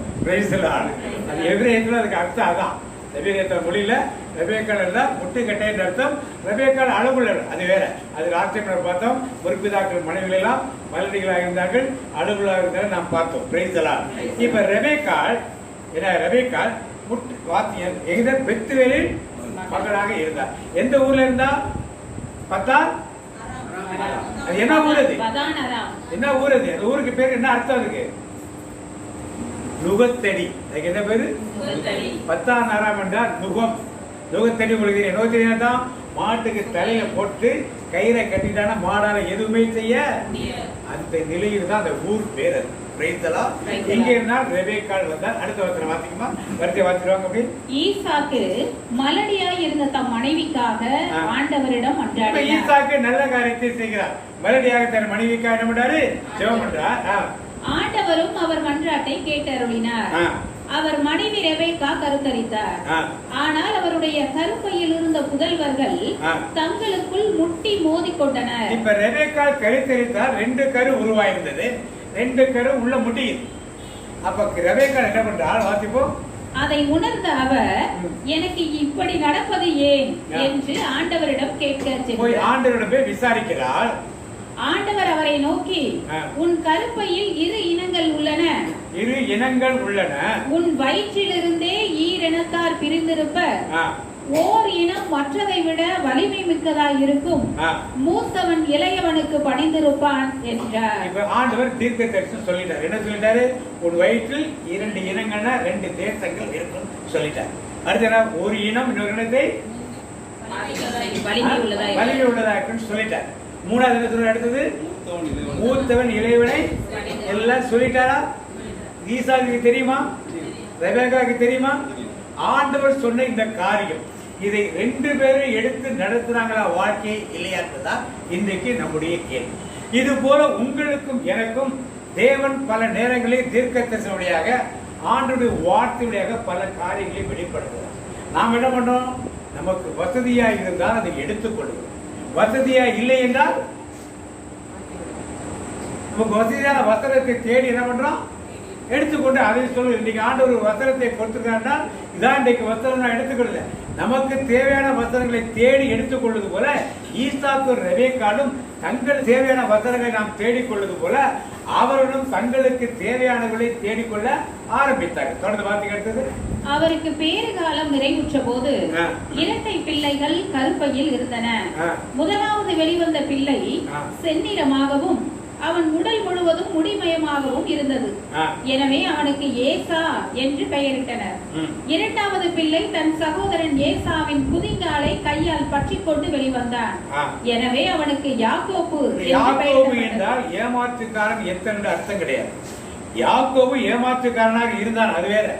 யாக்கோபுனா குதிகாலை பிடித்துக் கொண்டு வருவோன் என்றுதான் பெயர். அவன் காலை வாரி விடுவான் அப்படின்னா அர்த்தம் கிடையாது. காலை பிடித்துக் கொண்டு வருதான் அர்த்தம். வழக்கத்தில் யாக்கோபு ஏமாற்றுகிற காரியத்தை செய்யறல, அந்த பேருக்கு என்ன ஆயிடுச்சு கிடைச்சா? அதனால கிடைச்ச ஆண்டவர் இந்த பேர் என்ன பண்ணிட்டாரு? என்ன பேர் மாத்தினாரு? என்ன பேர் மாத்தினாரு? நமக்கெல்லாம் அது தெரியாது. ஏன்? ஆவிக்குரிய கிறிஸ்து, கத்தோலிக்க கிறிஸ்து. இஸ்ரவேலே பயப்படாதே, நானே உன் தேவன். என்ன பேர் மாத்தாரு? மாத்தினாரா? மாத்தினாரா? தெரியுமா தெரியாதா? ஏன் சொல்லல? மறந்துச்சு. ஞாபகம் இருக்கு, ஞாபகப்படும். இப்ப யாக்கோபு காலை பிடித்து வர வாக்கிய தொடர்ந்து வாங்க. அவர்கள் பிறந்த போது ஈசாக்கிற்கு வயது 60. ஏசா தலைமகன் உரிமையை விற்றுவிடல். இருவரும் வளர்ந்து இளைஞரான போது அவர்களுள் ஏசா வேட்டையில் வல்லவனாக. ரெண்டு பேரும் வளர்ந்தவன ஏசா பாலைவனத்திலையும் காட்டிலையும் போய் என்ன பண்றான்? வேட்டையாடி, மிருகங்களை வேட்டையாடி அதுல பணம் சம்பாதிச்சு தன் வாழ்க்கையை அமைத்துக் கொள்கிறான். இவன் கூடாரத்துக்குள்ளேயே உட்கார்ந்து இருக்கான். கூடார வாசி, கூடாரத்துக்குள்ள உள்ள உட்கார்ந்து சேவை, ஆட்டு மந்தையை, மாட்டை பழக்கிறது, இது மாதிரி வேலையை பார்த்துட்டு உட்கார்ந்து இருக்கான். பாத்தீங்க, ஏசா திறந்த வெளி மனிதனாய் வாழ்ந்து வந்தான். ஆனால் யாக்கோபு பண்புடையவனாய் கூடாரத்தில் உறைபவனாய் வாழ்ந்து வந்தான். கூடாரத்தில் அவன் காட்டிலே வாசி செய்வான். எங்கனாலும் படுப்பான், எங்கனாலும் சாப்பிடுவான், எதனாலும் சாப்பிடுவான், எல்லாத்தையும் செய்வான். இவன் வீட்டுக்குள்ள சமைக்கதான் சாப்பிடுவான், வீட்டுக்குள்ளதான் தங்குவான், வீட்டுக்குள்ளதான் வேலையெல்லாம் செய்வான். இப்படிதான் இருந்தான் யாக்கோபு. ஏசா வேட்டையாடி தந்த உணவின் பொருட்டு ஈசாக்கு அவன் மேல் அன்பு கொண்டிருந்தார். இப்ப என்னாச்சு? திருப்பி வாசிங்க இந்த வசனத்தை. ஏசா வேட்டையாடி தந்த உணவின் பொருட்டு ஈசாக்கு அவன் மேல் அன்பு கொண்டிருந்தார். வைக்கலாமா? அன்பு நாக்கு சுவை எதிர்பார்க்கு. அப்ப ஈசாக்கு தன் வாயின் சுவைக்காக யாரை விரும்பினார்? விரும்பலாம். ரெண்டு பிள்ளை இருக்க, ஒரு பிள்ளை விரும்பலாம் பாருங்க. சாதாரண ஊர்ல பொம்பளை பிள்ளை இருந்தா யாருக்கு வீட்டுல அதிக மரியாதை இருக்கும்? ஆம்பளை பிள்ளைங்க, பொம்பளை பிள்ளைங்க? ஆனா இங்க ரெண்டு பேரும் ஆம்பளை பையன். ஈசாக்கு தனக்கு நல்ல சாப்பாடு ஏசா கொடுக்கறதுக்காக யார் மேல் அன்பாக இருந்தா? நம்ம வீட்டுல எப்படி இந்த பையன் நிறைய சம்பாதிச்சு கொடுக்குறான், இந்த பையன் நம்மளை கவனிச்சுக்கிறாங்கிறதுக்காக யார் மேல அன்பு வைக்கிறோம்? சம்பாதிச்சு கொடுக்குறோம், சம்பாதிக்கிறோம். இதுதான் முதல் தப்பு. யார் பண்ணது? ஈசாக்கு பண்ண தப்பு. அடுத்து வார்த்தைக்கு திருப்பி. ரெபெக்காவோ யாக்கோபின் மீது அன்பு கொண்டிருந்தார். யாக்கோபின் மீது. இது வீட்டுக்குள்ள அப்பாவுக்கு ஒரு பிள்ளை, நிறைய பேர் கேள்வி கேட்போம், நீ அப்பா செல்லமா? அது என்ன? ஏதாவது ஒண்ணு பதில் சொல்லும். சொன்னா அடுத்து இப்பெல்லாம் விவரமா இருக்கு, ரெண்டு பேர் செல்லம் சொல்லிருக்கு. ஆனா கேள்வி கேட்கறது யாரு? கேள்வி கேட்கறது யாரு? ஈசாக்கு. யாரையும் நாம தான். ஈசாக்கு ரெபெக்கா தான் இந்த கேள்வியே கேட்குது. அங்க பிள்ளை கேட்கல, பதில் பிள்ளை சொல்ல. யார் கேட்டது? அவர் சாப்பாடு கொண்டாந்து கொடுக்குறான். வேட்டையாடி ஒரு நாள் காட்டு முயல் கொடுக்குறான், ஒரு நாள் எலி கொண்டாந்து கொடுக்குறான், ஒரு நாள் பறவையை கொண்டாந்து அடிச்சு கொடுக்குறான், கொக்கு கொடுக்குறான், நாரை கொடுக்குறான், காடை கௌதாரி கொடுக்குறான். இவன் வெறும் ஆட்டுக்கறியை தான் கொடுக்குறான், வேற ஒன்றும் கொடுக்கல. அதனால அந்த சாப்பாட்டின் ருசியை பார்த்து ஏசாவின் மேல் என்ன பண்ணாரு? அவரு அதிக அன்பு செலுத்தினார். இதுதான் முதல் ப்ராப்ளம் ஸ்டார்ட். அதனால இவரை நம்ம ரெபெக்கா என்ன பண்ணார்? யாக்கோபு மேல் அன்பு கோருகிறார். அவன் அப்படி போயிட்டான், இவன் இப்படி இருந்தான். சோ வீட்டுக்குள்ள எத்தனை குரூப்? இப்ப குடும்பம் உருப்படுமா? எப்படி இருந்தா குடும்பம் உருப்படுமா? யார் சொன்னா? ஈசாக்கு நல்ல தகப்பன். அடுத்து என்ன பண்றாரு பாருங்க. அதுங்க தொடர்ந்து வாசிங்க. ஒரு நாள் யாக்கோபு சுவையான கூழ் சமைத்துக் கொண்டிருந்த பொழுது ஏசா களைத்து போய் திறந்த வெளியிலிருந்து வந்தான். அவன் யாக்கோபிடம், நான் களைப்பாயிருக்கிறேன், நான் களைப்பாயிருக்கிறேன், இந்த செந்நிற சுவையான கூழில் எனக்கு கொஞ்சம் கொடு என்றான். அவனுக்கு ஏதோம் என்னும் பெயர் வழங்கியதற்கு இதுவே காரணம். சரி, அப்புறம் யாக்கோபு அவனை நோக்கி, உனது தலைமகன் உரிமையை இப்போதே எனக்கு விற்றுவிடு என்றான். தம்பி கூழ் சமைச்சுக்கிட்டு இருக்கான் வீட்டுல, அண்ணன் பசிக்குதுங்கிறான். தம்பி அண்ணன் தானே, கொடுக்க வேண்டியதானே, கொடுக்க வேண்டியதானே. அதுக்கு என்னதை கேட்கிறான்? உரிமை எனக்கு விட்டுவிடு. ஏன் கேட்கிறான்? யார் இதை கற்றுக் கொடுத்தது பாடத்தை? அப்பா. யாக்கோபுக்கு யார் கற்றுக் கொடுத்தது? ஏசா. ஒருவேளை சாப்பிட செத்து போடுவானா? ஒருவேளை சாப்பிட செத்து போடுவானா? யார் கற்றுக் கொடுத்தது பாடத்தை? அப்பா. ஏசாவுக்கு கற்றுக் கொடுத்தது சாப்பாடு. சாப்பாடு சாப்பாடு கற்றுக் கொடுத்தது யாரு? அந்த வேலை சாப்பிடலாம் செத்து போடுவானா? ஒரு வேலைக்கு சாவாங்க யாராவது ஒரு வேலை சாப்பிடலன்னா அப்பா அம்மா அம்மாட்ட போய் சொல்லி எனக்கு சாப்பாடு கொடுமா சாப்பிட வேண்டியதானே? அப்பாட்ட போய் கேட்டு சாப்பிட வேண்டியதானே? எதுக்கு அவன்கிட்ட போய் கேட்டு நிற்கணும்? கேட்டு அவனை கேட்கிறான். அண்ணன் தானே, சரி பரவாயில்ல சாப்பிட்டு போட்டு கொடுத்தானா? யார் அவனை டியூன் பண்ணது? ஒரு வீட்டுல எப்படி நடக்க பாத்தீங்களா? இதான் ஈசாக்கு ரெபேக்காளுக்குள்ள பிரச்சனை. அப்புறம் அடுத்தது அவன் என்ன கேட்கிறான்? உன் தேவை எடுத்த சரி காசு கொடுறான்னு கேட்டா பரவாயில்ல, நீ வேண்டாம் இந்த மிருகத்தை கொடுனா பரவாயில்ல. எதை கேட்கிறான்? உன் சிரேஷ்ட புத்திரமாக உரிமை. சிரேஷ்ட புத்திரம் என்னது? ஒரு வீட்டுல 5 பிள்ளைங்க இருந்தா 6 பாகம் வைப்பாங்க. சிரேஷ்ட புத்திரம் சிரேஷ்ட ஒண்ணுதான். சிரேஷ்ட புத்திரமானா 6 பிள்ளைங்க இருந்தா 5 பிள்ளைங்க 6 பாகம் வைப்பாங்க. 2 பாகம் யாரு போகும்? மூத்தோடு. இந்த அந்த பாகத்தை யார் வித்து போடுறப்ப எனக்கு அது இறுதி எண்ணத்துக்கு என்ன சொன்னா பாருங்க. அவன் நானோ சாக போகிறேன். சாக ஒரு நாள் செத்து போயிடுவானா? சாக போகிறேன். யார்கிட்ட கத்திக்கிட்ட வார்த்தை அது? அப்பாட்டத்தை கேட்ட வார்த்தை. தலைமகன் உரிமையால் எனக்கு என்ன பயன்? தலைமகன் உரிமையால் என்ன? வீட்டுல முதல் ஆளுக்குள்ள உரிமை அது விட்டு கொடுக்கலாமா? விட்டு கொடுத்துட்டான். யாக்கோபு இப்போதே எனக்கு ஆணையிட்டு கொடு என்றான். இவன் சும்மா என்னடா ஆணையிட்டு கொடு, சும்மா சொல்லிட்டு போனா பத்தாது, ஆணையிட்டு கொடுங்கிறான். எனவே ஏசா ஆணையிட்டு தலைமகன் உரிமையை யாக்கோபுக்கு விற்று விட்டான். ஒரு பெரிய குடும்பத்துக்குள்ள என்னாச்சு? ஒரு பெரிய பிரச்சனைக்கு அடிபொலியாச்சு. காரணம் யாருப்ப? அதுக்கு சாப்பாட்டு மேல ஆர்வத்தை ஏசாவுக்கு ஊட்டினது யாரு? ஈசாக். யாக்கோபுக்கு இப்படிப்பட்ட சிந்தனைகள்லாம் ஊட்டியது யாரு? அண்ணன் தம்பிகளை ஒற்றுமை போயிருக்க வேண்டாம். அண்ணன் சாப்பிட்டு போ, நாளைக்கு எனக்கு சமைச்சு வை, நாளைக்கு நான் சாப்பிட்டுருன்னு சொல்லிருக்கலாம்ல. இல்ல நீ துடிச்சிட்டு அந்த மிருகத்தை ஒன்று கொடு, நான் அடிச்சு ஆக்கி நான் சாப்பிட்டுருன்னு சொல்லிருக்கலாம்ல. இல்லையா அப்பா அம்மாட்ட போய் எனக்கு சாப்பாடு கொடுக்க மாட்டேன் எனக்கு கொடுக்க சொல்லி சொல்லிருக்கலாம்ல. ஏழு இதெல்லாம் சொல்லாம இதுக்கு ஒரு வேளை சாப்பாட்டுக்காக என்ன பண்ணான்? தலைமை பாக உரிமையை விட்டு கொடுத்து அடுத்த வார்த்தை.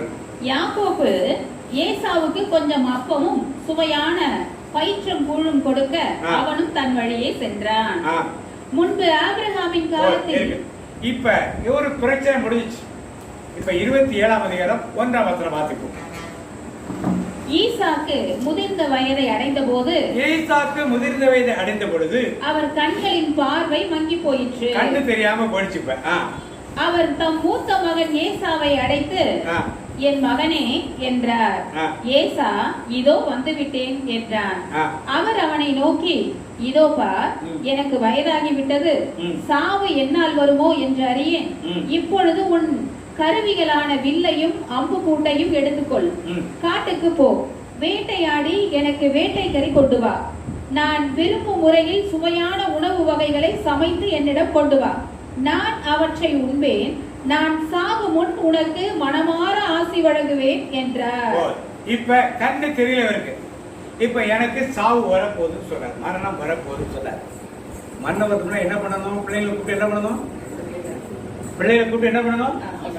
இவர் என்ன பண்ணாரு? வேட்டையாடி நல்ல சுவையான உணவை எனக்கு கொண்டு வந்து நான் சாப்பிட்டுட்டு உனக்கு ஆசி வழங்கு. 2 பிள்ளைங்களையும் கூப்பிட்டு சொல்லிக்கணும்ல, 2 பேரையும் கூப்பிட்டுக்கணும்ல.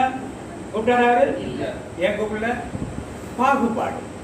குடும்பத்திலே தகப்பன் ஒரு பிள்ளை மேல் வச்சிருக்க பாகுபாடு. நீ சாகிற அளவுக்கு உனக்கு சாப்பாடு தேவையப்ப எது மேல ஒரு நோக்கமெல்லாம் இருக்கு பாருங்க. சாப்பாட்டு மேல அதுக்கு தன் குடும்பத்துல பிள்ளைகளை என்ன பண்ணாருன்னா பிரிச்சு போய் வேட்டையாடிட்டு வா, சாப்பிட்ட பிறகு ஐயா முன்னாடி ஆத்துல வச்ச பிறகு அனுப்பிச்சிட வேண்டியதான நான் சாக போறேன், ஒரு ஆத்திரத்தை வாங்கி விட அனுப்பிச்சு வேண்டியதானே? அவருக்கு எல்லாம் எது மேல இருந்தது கண்ணு? சாப்பாடு. அதனால் என்ன பண்ண, யார் ஓரம் கட்டிட்டாரு? ரெண்டு பிள்ளைங்க ஆத்திரம் வச்சிருக்கோம்ல. அடுத்து பாத்தீங்க, ரெபேக்கா இதை கேட்டு கொட்டுட்டாரு. கொட்டு கேட்டு ஈசாக்கு தன் மகன் ஏசாவிடம் பேசியதை ரெபேக்கா கேட்டுக்கொண்டிருந்தார். கேட்டுட்டு இருக்கா. வேட்டையாடி வேட்டைக்கறி கொண்டு வருமாறு ஏசா காட்டிற்கு புறப்பட்டவுடன் அவர் தன் மகன் யாக்கோபை நோக்கி, உன் தந்தை உன் சகோதரன் ஏசாவுக்கு சொன்னது என் காதில் விழுந்தது.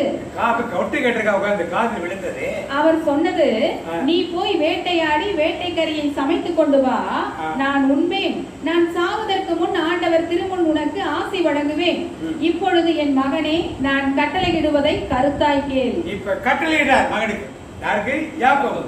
இதை செய்யல, கேட்கல, கட்டளையிடுவதை நீ செய்ய. உடனே மந்தைக்கு போ, அங்கிருந்து 2 நல்ல வெள்ளாட்டு குட்டிகளை கொண்டு வா. நான் அவற்றை உன் தந்தைக்கு பிடித்தமான முறையில் சுவையான உணவு வகைகளாக சமைத்து தருவேன். அவளுக்கு சமைக்க தெரியும். புருஷனுக்கு எப்படி வச்சா பிடிக்குங்கிறத யாருக்கு தெரியும்? ரெபேக்காளுக்கு தெரியும். நான் சமைச்சு தரேன், எடுத்துட்டு போ. நீ அவற்றை உன் தந்தைக்கு உண்ண கொடுத்து அவர் சாவதற்கு முன் அவர் ஆசையை பெற்றுக்கொள் என்றார். இவள அவர் சாக போற முடிவு பண்ணிட்டா. சாவதற்கு என்ன பண்ணு? சாப்பாடு கொடுத்து என்ன பண்ணு? ஆசீர்வாதத்தை பெற்றுக்கொள். ஒரு தாய் இப்படி செய்யலாமா? யாரு? அப்பா ஒரு பையனை பிடிக்கிறார், அம்மா ஒரு பையனை பிடிக்கிறார். குடும்பம் எந்த நிலையில இருக்கு பாருங்க. கிடைச்சியா? வார்த்தைக்கு தொடர்ந்து யாக்கோபு தன் தாய் ரெபேக்காவிடம், என் சகோதரன் ஏசா உடலில் அடர்ந்த ரோமம் உடையவன், நானோ மிருதுவான உடல் கொண்டவன். என் தந்தை என்னை தடவி பார்த்தால் என்ன ஆவது? அவருக்கு என்ன ஏமாத்திரங்கள் உணர்வுகளா இல்ல. ஐயோ, அண்ணன் சொல்ற வேலை அப்பா வந்து அண்ணனை தான் தேடிட்டு இருக்காரு. நாம போறது உடம்புல என்ன பண்ணா, என்னை தொட்டு பார்த்து, உங்க அண்ணங்க உடம்புல முடியல இருக்கும், உடம்புல முடியலையே, நீ யாருன்னு கேட்டு என்னை சபிச்சுட்டா என்ன பண்ண பயம்தான் இருந்த வழிய தப்பு பண்ண கூடாதுன்னு நினைச்சா நாம. ஐயோ அம்மா, அண்ணன் என்னதான் வர சொல்லியிருக்காரு, அது அண்ணனே இருக்கட்டு அப்படின்னு அந்த என்ன வந்துச்சா? ஏன் வரல அவனுக்கு? யார் கற்றுக் கொடுத்த பாடம்? அம்மா கற்றுக் கொடுத்த பாடம். அவன் தப்பு செய்வதற்கு தப்புல என்ன பண்ணக்கூடாது? மாட்டிக்க கூடாதுங்கிறது ரொம்ப. அவன் என்ன சொன்ன, நீ கவலைப்படாது, எப்படி நான் பாத்துக்கிறேன். அவரை நான் ஏமாற்றுவதாக தெரிந்துவிட்டால் என் மேல் ஆசைக்கு பதிலாக சாபத்தை அல்லவா விழச் செய்து கொள்வேன் என்றான். ஆனால் அவன் தாய் அவனிடம், மகனே, உனக்குரிய சாபம் என் மேல் விழட்டும், நான் சொல்வதை மட்டும் செய், போ, அவற்றை என்னிடம் கொண்டு வா என்றார். அவனும் அவ்வாறே போய் அவற்றை பிடித்து தன் தாயிடம் கொண்டு வந்து கொடுக்க, அவர் அவன் தந்தைக்கு விருப்பமான சுவையுள்ள உணவு வகைகளை தயாரித்தார். மேலும் ரெபேக்கா தம்முடன் வீட்டில் வைத்திருந்த தம் மூத்த மகன் ஏசாவின் உடைகளில் சிறந்தவற்றை தம் இளைய மகன் யாக்கோபுக்கு உடுத்திவித்தார். அவன் கைகளையும் மிருதுவான கழுத்தையும் வெள்ளாட்டு குட்டிகளின் தோளால் மூடினார். அவர் சுவையான உணவு வகைகளையும் தாம் சுட்ட அப்பங்களையும் தன் மகன் யாக்கோபின் கையில் கொடுத்தார். அவனும் அவற்றை தன் தந்தையிடம் எடுத்து சென்று அப்பா என்று அழைத்தான். அவரும் மறுமொழியாக, ஆம் மகனே, நீ எந்த மகன் என்று கேட்க, யாக்கோபு தன் தந்தையிடம், நான் தான் உங்கள் தலை பேரான ஏசா. இப்ப எந்த அளவுக்கு போய் சொல்லப்பட்டா? தகப்பட்டே போய் நான் தான் உங்கள் மூத்த. யாருடைய ட்ரைனிங் இது? அம்மாவோட ட்ரைனிங். நம்முடைய வீடுகளில் எத்தனை வீடுகளில் இது மாதிரி நடந்து கொண்டிருக்கிறது? அம்மா பக்கம் ஒரு கட்சி, அப்பா பக்கம் எத்தனை வீடுகளில் எத்தனை பிள்ளைகள் இருந்தாலும் எல்லா பிள்ளைகளையும் ஒரே மாதிரியாக பாவிக்கக்கூடிய மனப்போக்கம் இருக்க வேண்டும் என்று ஆண்டவர் கற்பிக்கிறார். ஈசாக் செய்த தவறு, ரெபேக்காள் செய்த தவறு, யாக்கோபின் வாழ்விலும் ஏசாவின் வாழ்விலும் எவ்வளவு பாதிப்பை உண்டு பண்ணியிருந்து நாம் பார்த்து கொண்டிருக்கிறோம். தொடர்ந்து வாசிக்க. நீங்கள் சொன்னவாறு செய்திருக்கிறேன். எழுந்து உட்கார்ந்து என் வேட்டை பதார்த்தங்களை உண்டு மனமாற எனக்கு ஆசி வழங்குங்கள் என்றான். ஈசாக்கு தன் மகனை நோக்கி, மகனே, இது உனக்கு இவ்வளவு விரைவில் எப்படி ஆகப்பட்டது என்று கேட்க, இதெல்லாம் கேட்கிறார். கேட்ட பிறகு எப்படி அவங்க ஆசீர்வாதம் என்ன பண்ணிட்டான்? இப்ப ஏசா வாரான். கொஞ்ச நேரம் கழிச்சு அவன் வந்து யார் ராணின்னு கேட்கிறார். நான் தான் ஏசாங்கிறான். தொட்டெல்லாம் பார்த்து அதான் ஏசான்னு தெரிஞ்சேன்னா உனக்கு எந்த ஆசீர்வாதம் என்ன பண்ணல. சொல்றேன் வாசிக்கிறது என்ன வருது? 33 வாசிங்க. 33. ஆ. ஈசாக்கு மிகவும் நடுநடுங்கி, அப்படியானால் வேட்டையாடி எனக்கு கொண்டு வந்தவன் எவன்? நீ வருமுன் அந்த உணவை நான் உண்டு அவனுக்கு ஆசி வழங்கி விட்டேன், அவனே ஆசி பெற்றவனாய் இருப்பான் என்றார். ஏசா தந்தையின் வார்த்தைகளை கேட்டு மிகவும் மனக்கசப்படைந்து பெரும் குரல் எழுப்பி கதறி அழுதான். அவன் தன் தந்தையை நோக்கி, அப்பா, எனக்கும் ஆசி வழங்குவீர் என்றான். அதற்கு அவர், உன் தம்பி கபடமாய் வந்து உனக்குரிய ஆசியை பெற்று சென்று விட்டான் என்றார். அதை கேட்ட ஏசா, யாக்கோபு என்னும் பெயர் அவனுக்கு பொருத்தமே, ஏனெனில் அவன் இருமுறை என்னை ஏமாற்றி விட்டான். முதல் முறை எப்ப கூழு காய்க்கிறப்ப ஏமாத்திட்டான். இப்ப என்ன பண்ணிட்டான்? ஆசீர்வாதத்தை நிறைவேற்றான். இது யாருடைய பிரச்சனை? ஈசாக்கோட பிரச்சனையா, ரெபேக்காளுடைய பிரச்சனையா? ஆரம்பிச்சு வச்சிருக்க யாரு? ஈசாக்கு ஒரு நல்ல தகப்பனாக பதில இல்லை. மாதிரி ரெபேக்காலும் ஒரு நல்ல தாயாக என்ன பண்ணல? 2 பிள்ளைகளுக்கும் பாரபட்சம் காட்டினவர்கள் ஈசாக்கும் காட்டினார், ரெபேக்காலும் பதிலுக்கு என்ன பண்ணார்? அதை காட்டியதுனால அந்த குடும்பத்துக்குள்ள ஏசா என்ன பண்ணா, ஒரு நாள் வரும், அடுத்த வாக்கு அன்னைக்கு என் தகப்பன் மரித்து போவார், அன்னைக்கு நான் என்ன பண்ணுவேன்? யாரை கொண்டுடுவேன்? யாக்கோபை கொன்று விடுவேன் என்று சொல்றார். வாசிங்க, தொடர்ந்து வாசிங்க. ஏற்கனவே எனக்குரிய தலைமகன் உரிமையை பறித்து கொண்டான், இப்பொழுது எனக்குரிய ஆசையையும் பிடுங்கிக் கொண்டான் என்று சொல்லி திரும்பவும் தந்தையை நோக்கி, இப்ப 42 வாசிக்க போதும். 41. தந்தையிடமிருந்து யாக்கோபு பெற்றிருந்த ஆசியை முன்னிட்டு ஏசா அவன் மீது வர்மம் கொண்டு என் தந்தைக்காக துக்கம் கொண்டாடும் நாள்கள் நெருங்கிவிட்டன. தந்தை செத்து போவாரு, துக்கம் கொண்டாட நாள் வரும், அப்ப நான் என்ன பண்ணுவேன்? அதன் பின் என் தம்பி யாக்கோபை கொன்று போடுவேன். எப்ப சாவான்னு தெரியாது. செத்து துக்கம்னா முடிஞ்ச பிறகு என்ன கொன்று போடுவேன். யார் சொல்லுது? ஆனா ஏசா அப்படிப்பட்டவன் இல்ல. ஏன்?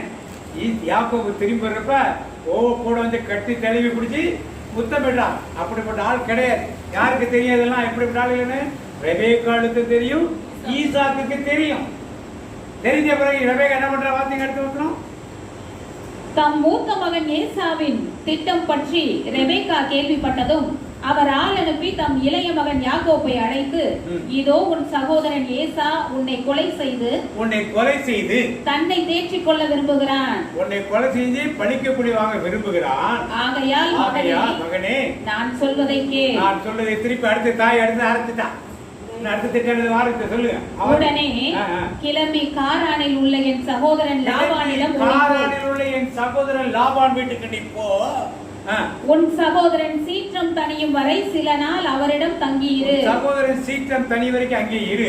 தனக்கு விரோதமாய் நீ செய்ததை அவன் மறந்து கோபம் தீர்ந்த பின் நான் உனக்கு சொல்லி அனுப்பி உன்னை அங்கிருந்து இவ்விடத்திற்கு அழைத்துக் கொள்வேன்.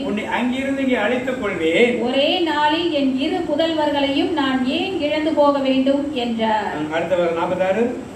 பின் ரெபேக்கா ஈசாக்கை நோக்கி, இப்ப அந்த திட்டம் முடிஞ்சிச்சு. இப்ப ஈசாக்கு என்ன பேசுறா பாருங்க. இத்திய பெண்களை முன்னிட்டு என் வாழ்க்கை எனக்கு சலித்து போயிற்று. இந்த கானானிய பெண்களை பற்றி வாழ்க்கை சலித்து போயிடுச்சு. யாக்கோபும் இவர்களை போன்ற இந்நாட்டு பெண்களின் என்றும் ஒருத்தியை மணந்து கொண்டால் என் வாழ்க்கை என்ன ஆவது என்றார். ஈசாக்கு யாக்கோபை அழைத்து அவனுக்கு ஆசி வழங்கி கட்டளையிட்டு கூறியது, நீ கானானிய புதல்வியருள் எவளையும் யாரையும் பெண் கொள்ளாமல் புறப்பட்டு பதான் அராமுக்கு போய் உன் தாயின் தந்தையாகிய பெத்துவேல் வீட்டிற்கு செல். அங்கு உன் தாய் மாமன் லாபான் புதல்வியருள் ஒருத்தியை மணந்து கொள். எல்லாம் வல்ல இறைவன் உனக்கு ஆசி வழங்கி நீ பல இனங்களுக்கு தந்தையாகும்படி உன்னை பலுகி பெருகச் செய்வாராக. ஆபிரகாம் பெற்ற ஆசியை அவர் உனக்கும் உன் வழி மரபினருக்கும் வழங்குவாராக. அதனால் நீ அந்நியனாய் வாழும் நாட்டை, அதாவது கடவுள் ஆபிரகாமுக்கு தந்த நாட்டை உரிமையாக்கிக் கொள்வாய். இவ்வாறு ஈசாக்கு யாக்கோபை அனுப்பி வைக்க அவனும் பதான் அராமுக்கு சென்று அரமேயனான பெத்துவேலின் மகனும் யாக்கோபு ஏசாவின் தாய் ரெபேக்காவின் சகோதரனுமான லாபானிடம் வந்து சேர்ந்தான். இப்ப இவர் வந்து போறப்ப என்ன எடுத்துட்டு போறாரு? ஈசாக்கு போறப்ப யாக்கோபு போறப்ப என்ன எடுத்துட்டு போறாரு? கையில் என்ன எடுத்துட்டு போறாரு? வார்த்தைக்கு 32ஆம் அதிகாரம்.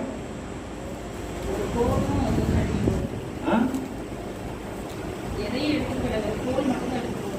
32 தானே வருது. என்ன சொல்றாரு? ஒரு கோலும் ஒரு தடி. 32 பார்த்தா பாருங்க. அடியேனுக்கு நீர் காட்டிய பேரன்பு முழுவதற்கும் நம்பிக்கைக்குரிய தன்மை முழுவதற்கும் நான் தகுதியற்றவன். நான் இந்த யோர்தானை கடந்து சென்ற போது என்னிடம் இருந்தது ஒரு கோல் மட்டுமே. என்னிடம் இருந்தது ஒரு கோல் மட்டுமே. என்னது எடுத்துட்டு போறாரு? போறப்ப ஒரு கோல். எதுக்கு போறாருங்க? மாமா வீட்டுக்கு அனுப்பிக்க. என்ன சொல்லி அனுப்பிச்சாரு? மாமா வீட்டுல பொண்ணு இருக்க போய் கல்யாணம் பண்ணிக்க, இந்த பெண்களை திருமணம் செய்ய சொல்லி அனுப்புறாரு. இதே ஈசாக்குக்கு ஆபிரகாம் பொண்ணு பார்க்க எலியாசார் அனுப்புறாரா? என்ன சொல்லி வாக்குத்தத்தம் பண்ணாரு? நீ இந்த இடத்துல இருக்க என் மகனுக்கு பெண் கொள்ளாமல் என் சொந்தக்காரர்கள் பதானாராமுக்கு போய் என் மகனுக்கு ஈசாக்கு நீ பெண் கொண்டுட்டு வா அப்படின்னு சொல்லி என் தொடை மேலே கை வைத்து ஆணையிட்டு சொல் அப்படின்னு சொல்லி யார் அனுப்புறாரு? எலியாசார். வேலைக்காரன் மேனேஜர் கண்காணி அனுப்புறாரு. எப்படி அனுப்புறாரு? 10 ஒட்டகம் போகுது. ஒட்டகத்தோட என்ன போகுது? உசிதமான பொருட்கள் எல்லாம் போகுது. நகைகள், பொண்ணுகள், வெள்ளி எல்லாம் போகுது. போய் அங்க அவர் கேட்கிறார், ஒரு வேளை அந்த பெண் என் கூட வர சம்மதிக்கவில்லை என்றால் உங்கள் மகனை நான் அங்கே அழைத்து செல்லலாமான்னு கேட்கிறார். என்ன சொன்னார் ஆபிரகாம்? அதுக்கு என் மகனை மட்டும் அந்த இடத்துக்கு நீங்க என்ன அழைத்து செல்ல. இரண்டாவது கேட்கிறாரு. அப்போ என் மகனை அங்க என்ன கொண்டாந்து அழைத்துக்கொள்ள போகாது. அப்படி ஈசாக்கு பொண்ணு பார்க்க போறப்ப ஈசாக்க 16 கூட்டு ஏன் சொன்னாரு? அங்கே இருந்தா யாரு புறப்பட்டு வந்தது? ஆபிரகாம் புறப்பட்டு வந்த அதே இடத்துக்கு திருப்பி அம்மனை நீ கூட்டிட்டு போக. ஏன்னா ஆண்டவர் எங்க இருக்க வச்சிருக்காரு? கானான் தேசத்தில் இருக்க வச்சிருக்காருன்னு சொல்ல. ஆபிரகாம் இது ஈசாக்கு தெரியுமா தெரியாதா? இப்போ ஒரு அனுப்பலாமா? போல யாக்கோபு அந்த இடத்துக்கு அனுப்பலாமா? அனுப்பக்கூடாது. என்ன பெற்றோரின் கடமை என்ன? தகப்பன் சொல்லிக் கொடுத்த பாடத்தை, ஆபிரகாம் சொல்லிக் கொடுத்த பாடத்தை யார் கடைபிடிக்கல? உனக்கு எப்படி கல்யாணம் பண்ணாங்க? உன்னை கூட்டிட்டு போக கூடாது சொல்லிட்டாங்க. பெண்ணு வர மறுத்துட்டா திருப்பி கூட்டு போறாங்கன்னு கேட்கிறாரு. அப்பவும் கூடாது.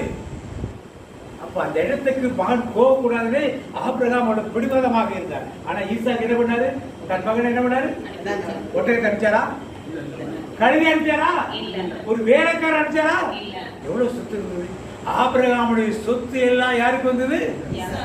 ஈசாக்கு இதுக்கு மேலே விதை விதைத்தான் 100 மடங்கு. அவ்வளவு பெரிய பணக்காரன். ஏன் ஒரு பொருளை கொடுத்து அனுப்ப கூடாதா? ஒரு வேலைக்காரன் அனுப்ப கூடாதா?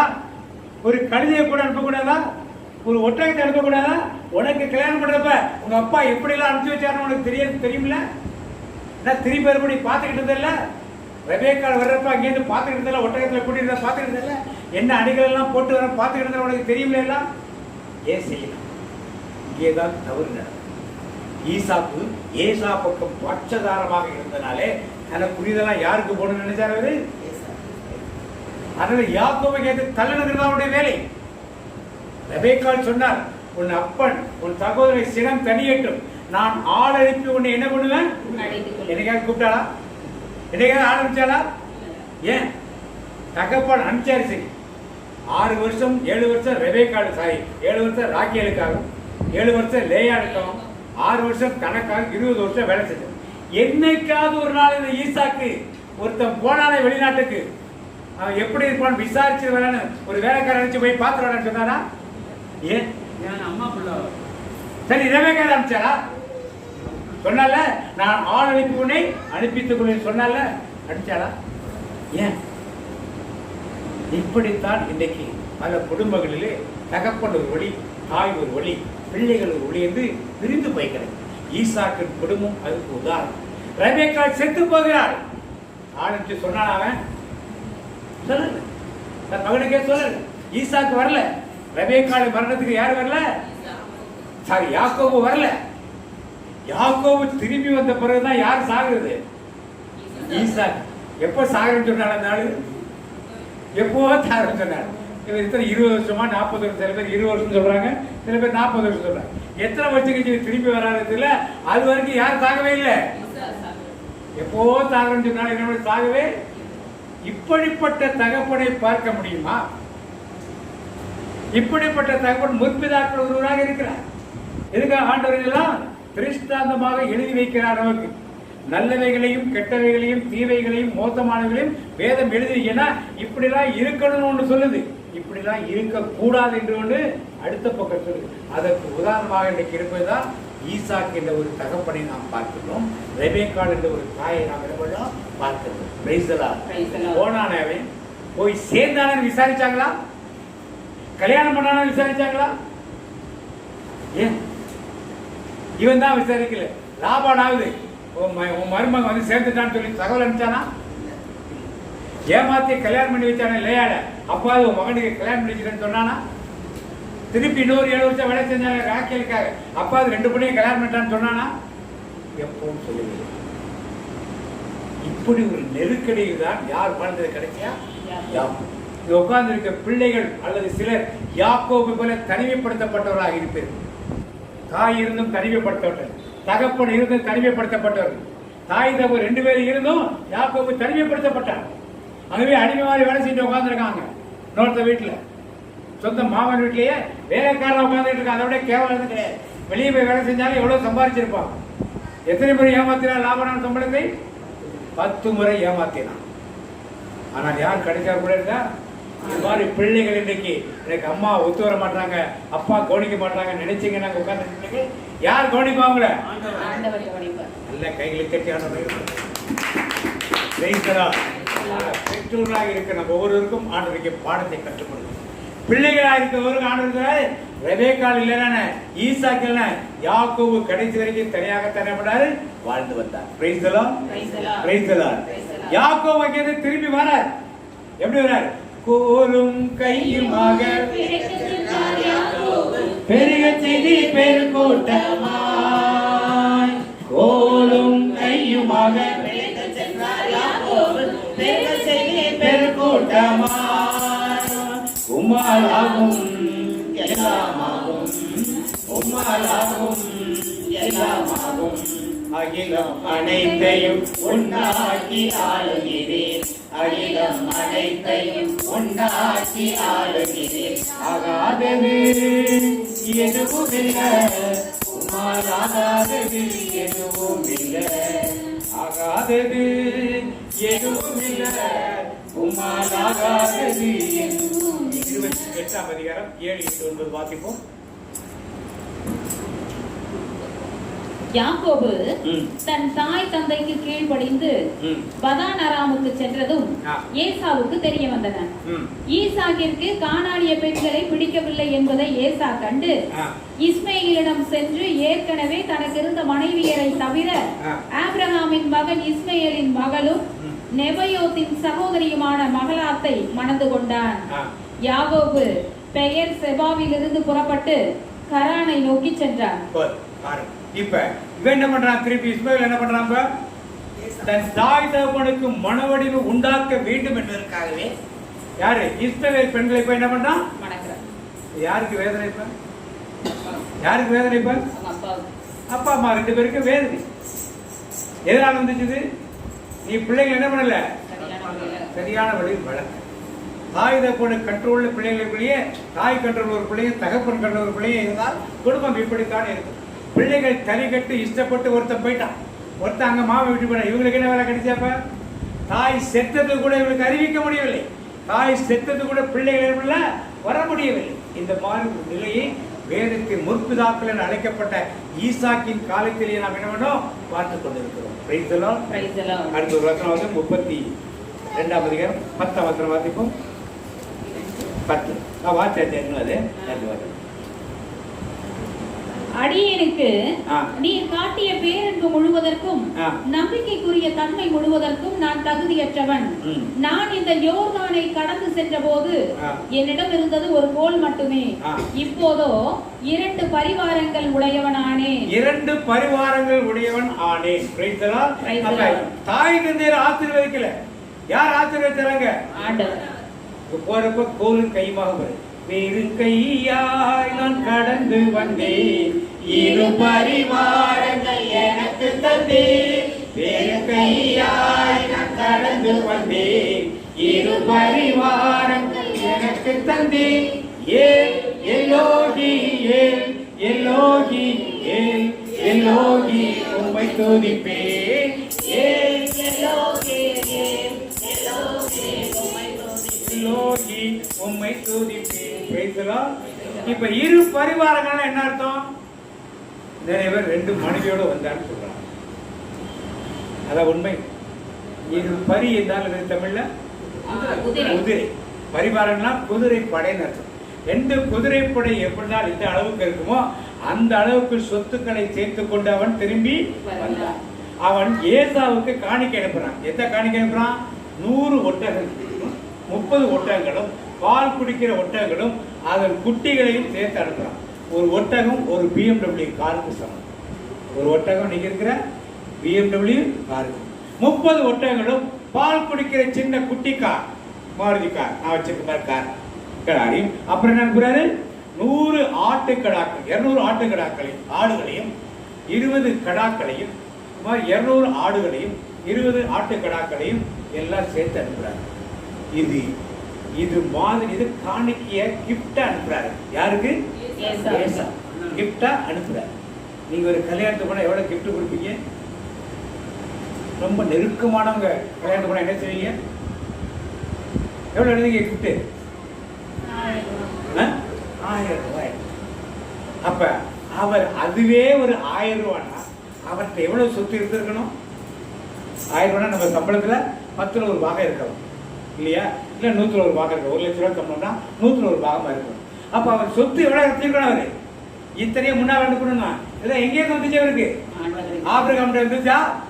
ஈசாக்கு இருந்து வந்துச்சா? யார்கிட்ட வந்தது? அது போல இன்றைக்கு நம்முடைய குடும்பங்களில் பிள்ளைகளை நாம் இப்படி சிதற விட்டு விட்டால் அந்த பிள்ளை ஆண்டூர் பக்கம் இருந்தால் நீங்க உட்கார்ந்துருக்க பிள்ளைகள்லாம் கவனிச்சு அவங்களுக்கு அப்பாவுக்கு பார்க்கல அம்மாவும் பார்க்கல. என்ன அர்த்தம்? என்ன சொன்னீங்க? அப்பாவும் நீரே அம்மாவும் நீரே அப்பாவும் நீரே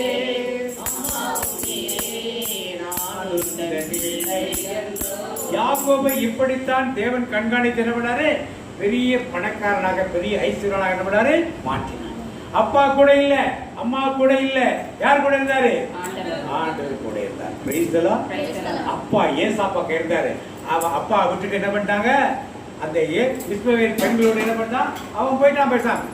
அவன் வந்து கவனிச்சானா? ஈசா கிடைச்சா வந்து ஈசாக்கு வந்து ஏன் வளர்ப்பு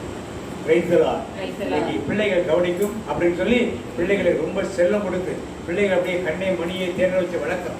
அந்த பிள்ளைங்க கவனிக்கிறதோ இல்லையா? நமக்கு கொடுத்த பிள்ளைகளை வளர்க்க வேண்டியது நம்முடைய கடமை. அது கவனிப்பதோ கவனிப்பா இருக்கிறதோ அவர்களுடைய கடமை.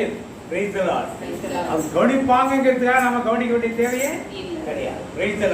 ஆண்டு கொடுத்த பிள்ளைகளை வளர்க்க வேண்டிய கடமை நம்மளுக்காக வளர்க்கும். இன்னைக்கு இந்த ஈசாக்கை போல ரெபேக்காளை போல நம் குடும்பங்களில் இருந்தால் இன்றைக்கு நாம் மாற்றிக்கொள்ளும். பிள்ளைகளை கவனிங்க. யாக்கோபை போல நீங்கள் இருந்தால் என்ன செய்ய முடியும்? உங்களால என்ன செய்ய முடியும்? யார் ஆசீர்வதிக்கிறவங்கள? இந்த உணர்வோடு சிந்தைகளோடு ஈசாக்கை போல ஒரு தகப்பனா, ரெபேக்காளை போல ஒரு தாயா, அல்லது யாக்கோபை போல நான் ஒரு மகனா என்று இன்றைக்கு நாம் யோசித்து ஆண்டுக்கு ஒப்பு கொடுத்து ஜெபணுமா? எங்கள் அன்பின் பரலோக தகப்பனே, இன்றைக்கு ஈசாக்கு வாழ்க்கை வழியாக எங்கள் குடும்பம் எப்படி இருக்கிறது என்பதை ஒரு ஆராய்ச்சி செய்ய வைத்தீரப்பா. அதற்காக உமக்கு நன்றி செலுத்துகிறோம் ஆண்டவரே. முற்பிதாக்களின் தகப்பனை நாங்கள் சொல்லும்போது அந்த முற்பிதாக்களில் ஒருவராக ஈசாக்கை சொல்கிறோம். அப்ரஹாமின் தேவன், ஈசாக்கின் தேவன், யாக்கோபின் தேவன் என்று. ஆனால் ஈசாக்கின் குடும்பம் எப்படிப்பட்டதாக இருந்தது, எப்படி அவர்கள் தங்கள் பிள்ளைகளை வளர்த்தார்கள் என்று கற்றுக் கொடுத்தீரே. இன்னைக்கு அதை உதாரணமாக காட்டினீரே. 20 வருடமாக ரெபேக்காளுக்கு குழந்தை இல்லை. ஈசாக்கு ஜெபித்ததனால் அவள் 2 பிள்ளைகளை கருவுற்று பெற்றெடுத்தார். கருவில் இருக்கும் போதே பிள்ளைகள் ஒன்று மோதிக்கொள்வதை கண்டு ஆண்டவரிடம் ஜெபித்த போது ஆண்டவர் அவளுக்கு தீர்க்க தரிசனமாக வார்த்தைகளை சொன்னார். ஆனாலும் அதை அவர்கள் பெரிதாக எடுத்துக்கொள்ளவில்லையே. ஏசா குதிகாலை பிடித்துக் கொண்டு யாக்கோபு பிறந்தான். இருவருமே ஒருவன் தாயினுடைய பிள்ளையாகவும் ஒருவன் தகப்பனுடைய பிள்ளையாகவும் வளர்க்கப்பட்டார்களே. இப்படிப்பட்ட சூழ்நிலை எங்கள் குடும்பங்களில் இருக்கக்கூடாது என்பதை உணர்த்துகிறார்களா? பிள்ளை செல்வங்கள் ஆண்டுடைய வெகுமதி. திருப்பாடல் சொல்லப்பட்ட போல கற்பத்தின் கனி கர்த்தருடைய வெகுமதி. Children are gift of God. அதை நாங்கள் உணர்ந்து கொண்டவர்களாக எல்லா பிள்ளைகளையும் சமமாக நடத்த வேண்டுமே. இங்கு அப்படி இந்த குடும்பத்தில் அப்படி இல்லையே. தகப்பன் மூத்த மகனையும் தாய் இளைய மகனையும் அன்பு கொண்டு ஒரு குடும்பத்துக்குள்ளே ஒரு பிரிவினையாக இருந்ததே. இதனால் சகோதரர் ஒருவருக்குள்ள அந்த சகோதர பாசம் அந்த இடத்தில் இல்லை.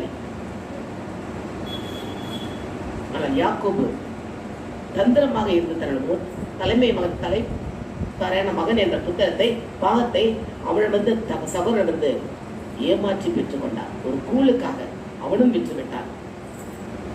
இப்படியாக ஒவ்வொரு காரியங்களை பார்க்கும்போது அன்று ஈசாக்குக்கு பெண் பார்க்க அனுப்பும்போது அபிரகாம் அத்தனை செல்வங்களை அனுப்பி பெண்ணுக்கு வேண்டிய நகையெல்லாம் கொடுத்து அனுப்பி பெண் பார்த்தார். ஆனால் யாக்கோபை மாமா வீட்டுல போய் பொண்ணு கட்ட சொல்லி அனுப்பிட்டு ஒன்றுமே கொடுத்து அனுப்பவில்லையே. இது எப்படி இந்த குடும்பம் சரியா இருக்கும்? இந்த குடும்பம் கர்த்தரால் கட்டப்பட்ட குடும்பமாக இருக்க வேண்டுமே. ஆனால் இப்படி இல்லை. அன்று யாக்கோபு தனிமையாக விடப்பட்டார். ஒரு கல்லை தலைக்கு வைத்துக் கொண்டுதான் படுக்கிறான் அந்த வனாந்தரத்திலே. அப்பொழுது ஆண்டவர் கனவின் வழியாக அவனோடு பேசுகிறார்.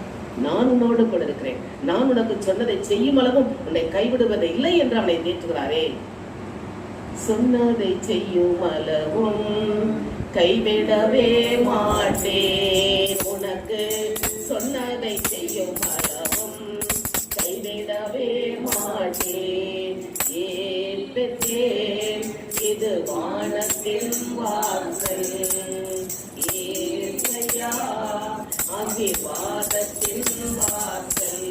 இப்படி அவன் காட்சி கண்டு ஆண்டவர் கொடுத்த தரிசனத்தின்படி அவன் சென்றான். அந்த இடத்திலும் தாய்மாவனால் ஏமாற்றப்பட்டான். முதல் பெண்ணும் இளைய பெண்ணை அவன் கேட்டபோது மூத்த பெண்ணை கொடுத்து ஏமாற்றினான். மீண்டும் ஏழரிடம் இளைய பெண்ணுக்காக வேலை. அடுத்து 10 முறை சம்பளத்தை மாற்றி ஒவ்வொரு காரியங்களும் ஏமாற்றத்தின் மேல் ஏமாற்றம். ஆனால் யாக்கோபு தேவன் மேல் வைத்த விசுவாசத்தை மட்டும் விட்டுவிடவில்லையே. அவன் எதை செய்தாலும் ஆண்டிடம் ஜெபித்து விட்டு செய்தானே. அதனால் அவன் கையிட்ட வேலைகள் எல்லாம் ஆசீர்வதித்தான். அதான் அவன் சொல்கிறான், நான் கோலும் கையுமாக பிழைக்க சென்றேன். ஆனால் 2 பரிதாரங்களை ஆண்டவர் கொடுத்தாரே. கோலும் கையுமாக பிழைக்க சென்றார் யாக்கோபு, பெருக செய்தீர் பெருங்கோட்டமாய். கோலும் கையுமாக பிழைக்க சென்றார் யாக்கோபு, பெருக செய்தீர் பெருங்கோட்டமாய். உம்மாலாகும் எல்லாமாகும், உம்மாலாகும் எல்லாமாகும். ஆமேசப்பா, உம்மால் ஆகாத காரியம் ஒன்றும் இல்லையாண்டவரே. பெருங்கையோடு சென்றவனை 2 பரிவாரங்களுக்கு உரிமையாளராக மாற்றினே. மீண்டும் அவன் தன் சகோதரனோடு அந்த பாசத்தை வளர்த்து கொள்ள வேண்டும் என்று சகோதரனுக்கு பரிசு பொருட்களை எடுத்துக்கொண்டு எதிர் வருகிறானே. அந்த இடத்துல 2 சகோதரர் ஒருவரை வர அன்பை பரிமாறிக்கொண்டார்கள். தாய் தகப்பன் அன்பை கற்றுக் கொடுக்கவில்லை. இவர்களுக்கு இது கடைசியாக கற்றுக்கொண்டார்களே. இன்னைக்கு எங்கள் குடும்பம் எப்படிப்பட்ட குடும்பமாக இருக்க வேண்டும் என்று நீர் கற்றுக் கொடுக்கிறீரப்பா. இந்த பிள்ளை அந்த பிள்ளை நாங்கள் பாரபட்சம் பார்க்காதபடி தேவன் கொடுத்த பிள்ளைகளை ஒருமனப்பட்டவர்களாய் எல்லாவற்றையும் நாங்கள் ஒன்று கணவன் மனைவியாக இணைந்து வளர்க்க அந்த பிள்ளைகளுக்கு வேண்டியதை செய்ய நீர் எங்களுக்கு கற்றுக் கொடுக்கிறீர்கள். அப்படியே தள்ளப்பட்டாலும் அந்த யாக்கோபை போல உறுதியாக நிற்க வேண்டும் என்று கற்றுக் கொடுக்கிறேன். தள்ளப்பட்டு ஒதுக்கப்பட்ட கல்லாக இருந்தாலும் மூளைக்கல்லாக நீர் மாற்றினீரே. இந்த யாக்கோபின் வம்சத்தில் தான், தலைமுறையில் தான் இயேசு வந்து பிறந்தாரே. இவ்வளவு பெரிய காரியங்கள் நடந்தார்கள். இன்றைக்கு எங்கள் குடும்பத்துக்கு நாங்கள் இதை உதாரணமாக கொண்டு எங்களுடைய பிள்ளைகளை ஒற்றுமையாக இருக்கும்படியாக வளர்க்க வேண்டும். ஒருவருக்கு ஒரு எதிரடையாக அல்ல. பிள்ளைகளுக்குள் நாங்கள் பாரபட்சம் பார்க்க கூடாது. இப்படியாக நாங்கள் கற்றுக்கொண்ட பாடங்களுக்காக மக்கள் நன்றி செலுத்த மாட்டோம். இதுவரை அப்படி இருந்தால் எங்களை மாற்றுக்கலைகளுக்கு உதவி செய்யுங்கப்பா. நீர் கொடுத்த பிள்ளை செல்வங்கள், நீர் கொடுத்த கிஃப்ட், அதை நாங்கள் பராமரித்துக் கொள்ளக்கூடிய அந்த பாக்கியத்தை எங்களுக்கு கற்று தந்தீரே. அதை நாங்கள் கடைபிடிக்க எங்களுக்கு உதவி செய்யுமாப்பா. உதவி செய்ய மாட்டோம். உம்மால் மட்டுமே கூட. ஈசாக்கு ஒரு தியான வீரனாக இருந்தான். ஆனாலும் ஜபத்தில் வைத்து எதையும் செய்யவில்லையே. ஆனால் அவனுடைய மகன் யாக்கோபு எல்லா காரியங்களையும் ஜெபத்தில் வைத்து செய்ததால் அவனுக்கு வெற்றி கிடைத்ததே. இப்படியாக நாங்கள் எந்த நிலையிலும் எந்த நேரத்திலும் ஜெபிக்க ஜெயம் பெற்றுக்கொள்ள இந்த நாளில் கற்றுக் கொடுத்த பாடங்களுக்காக மக்கள் நன்றி ஏசப்பா. நாங்கள் எங்கள் குடும்பத்தை எப்படி நடத்த வேண்டும் என்று எங்களுக்கு ஆலோசனை கொடுத்தீரே, யோசனையில் பெரியவரே, ஆலோசனை கர்த்தரே, இதற்காக மக்கள் நன்றி செலுத்த மாட்டோம். நன்றியோடு துதிக்கிறோம் அப்பா. இந்த வார்த்தைகளுக்காக மக்கள் நன்றி சொல்லி எங்களுடைய வாழ்க்கையை நாங்கள் கடைபிடிக்கப்படி ஆவியானவரே நீர் எங்களோடு கூட இருந்த வெள்ளெடுத்ததுமாய் அந்த கரங்களுக்குள் ஒப்பு கொடுத்து இயேசுவின் நாமத்தில் ஜெபிக்கிறோம் நல்ல பிதாவே. ஆமென்.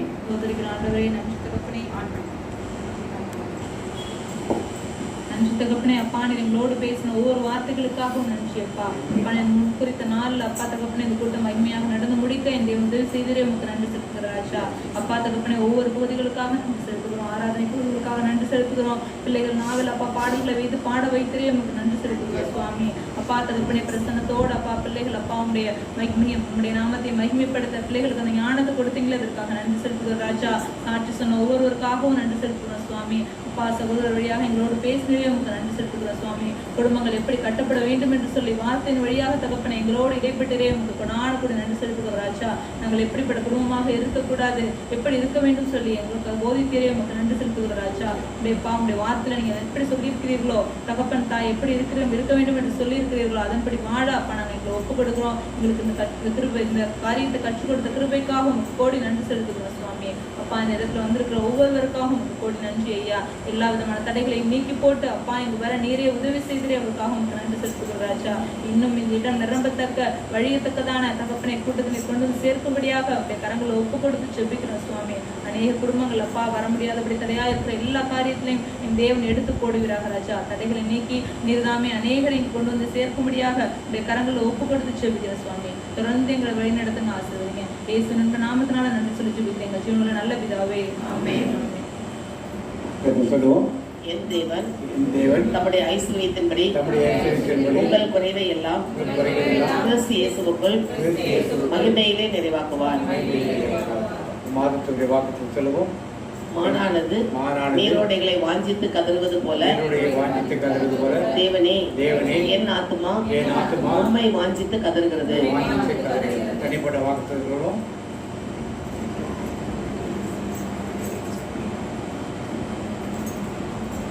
என் ஆத்துமாவே கர்த்தரை ஸ்தோத்திரி, என் நாமத்தை ஸ்தோத்திரி. என் ஆத்துமாவே கர்த்தரை ஸ்தோத்திரி. கர்த்தருடைய ஆசீர்வாதத்தோட காக்க கடவர். கர்த்தர் முகத்தை பிரகாசிக்க குருவியா இருக்க கடவர். கர்த்தர் முகத்துடைய பிரசனமாய் உன்னை சமாதானம் கட்டிடுவார். இயேசு ரத்தத்தில் மறைந்துள்ளேன், இயேசு ரத்தத்தில் மறைந்துள்ளேன், இயேசு ரத்தத்தில் மறைந்துள்ளேன். சாத்தான் தீங்கு செய்ய முடியாது, தீங்கு என்னை அணுகாது. தீங்கில்லை தீங்கில்லை தீங்கில்லை, நோயில்லை நோயில்லை நோயில்லை, தோல்வில்லை தோல்வில்லை தோல்வில்லை. சாத்தான் தீங்கு செய்ய முடியாது, தீங்கு என்னை அணுகாது. தந்தை மகன் தூய ஆவியின் பெயராலே ஆமென்.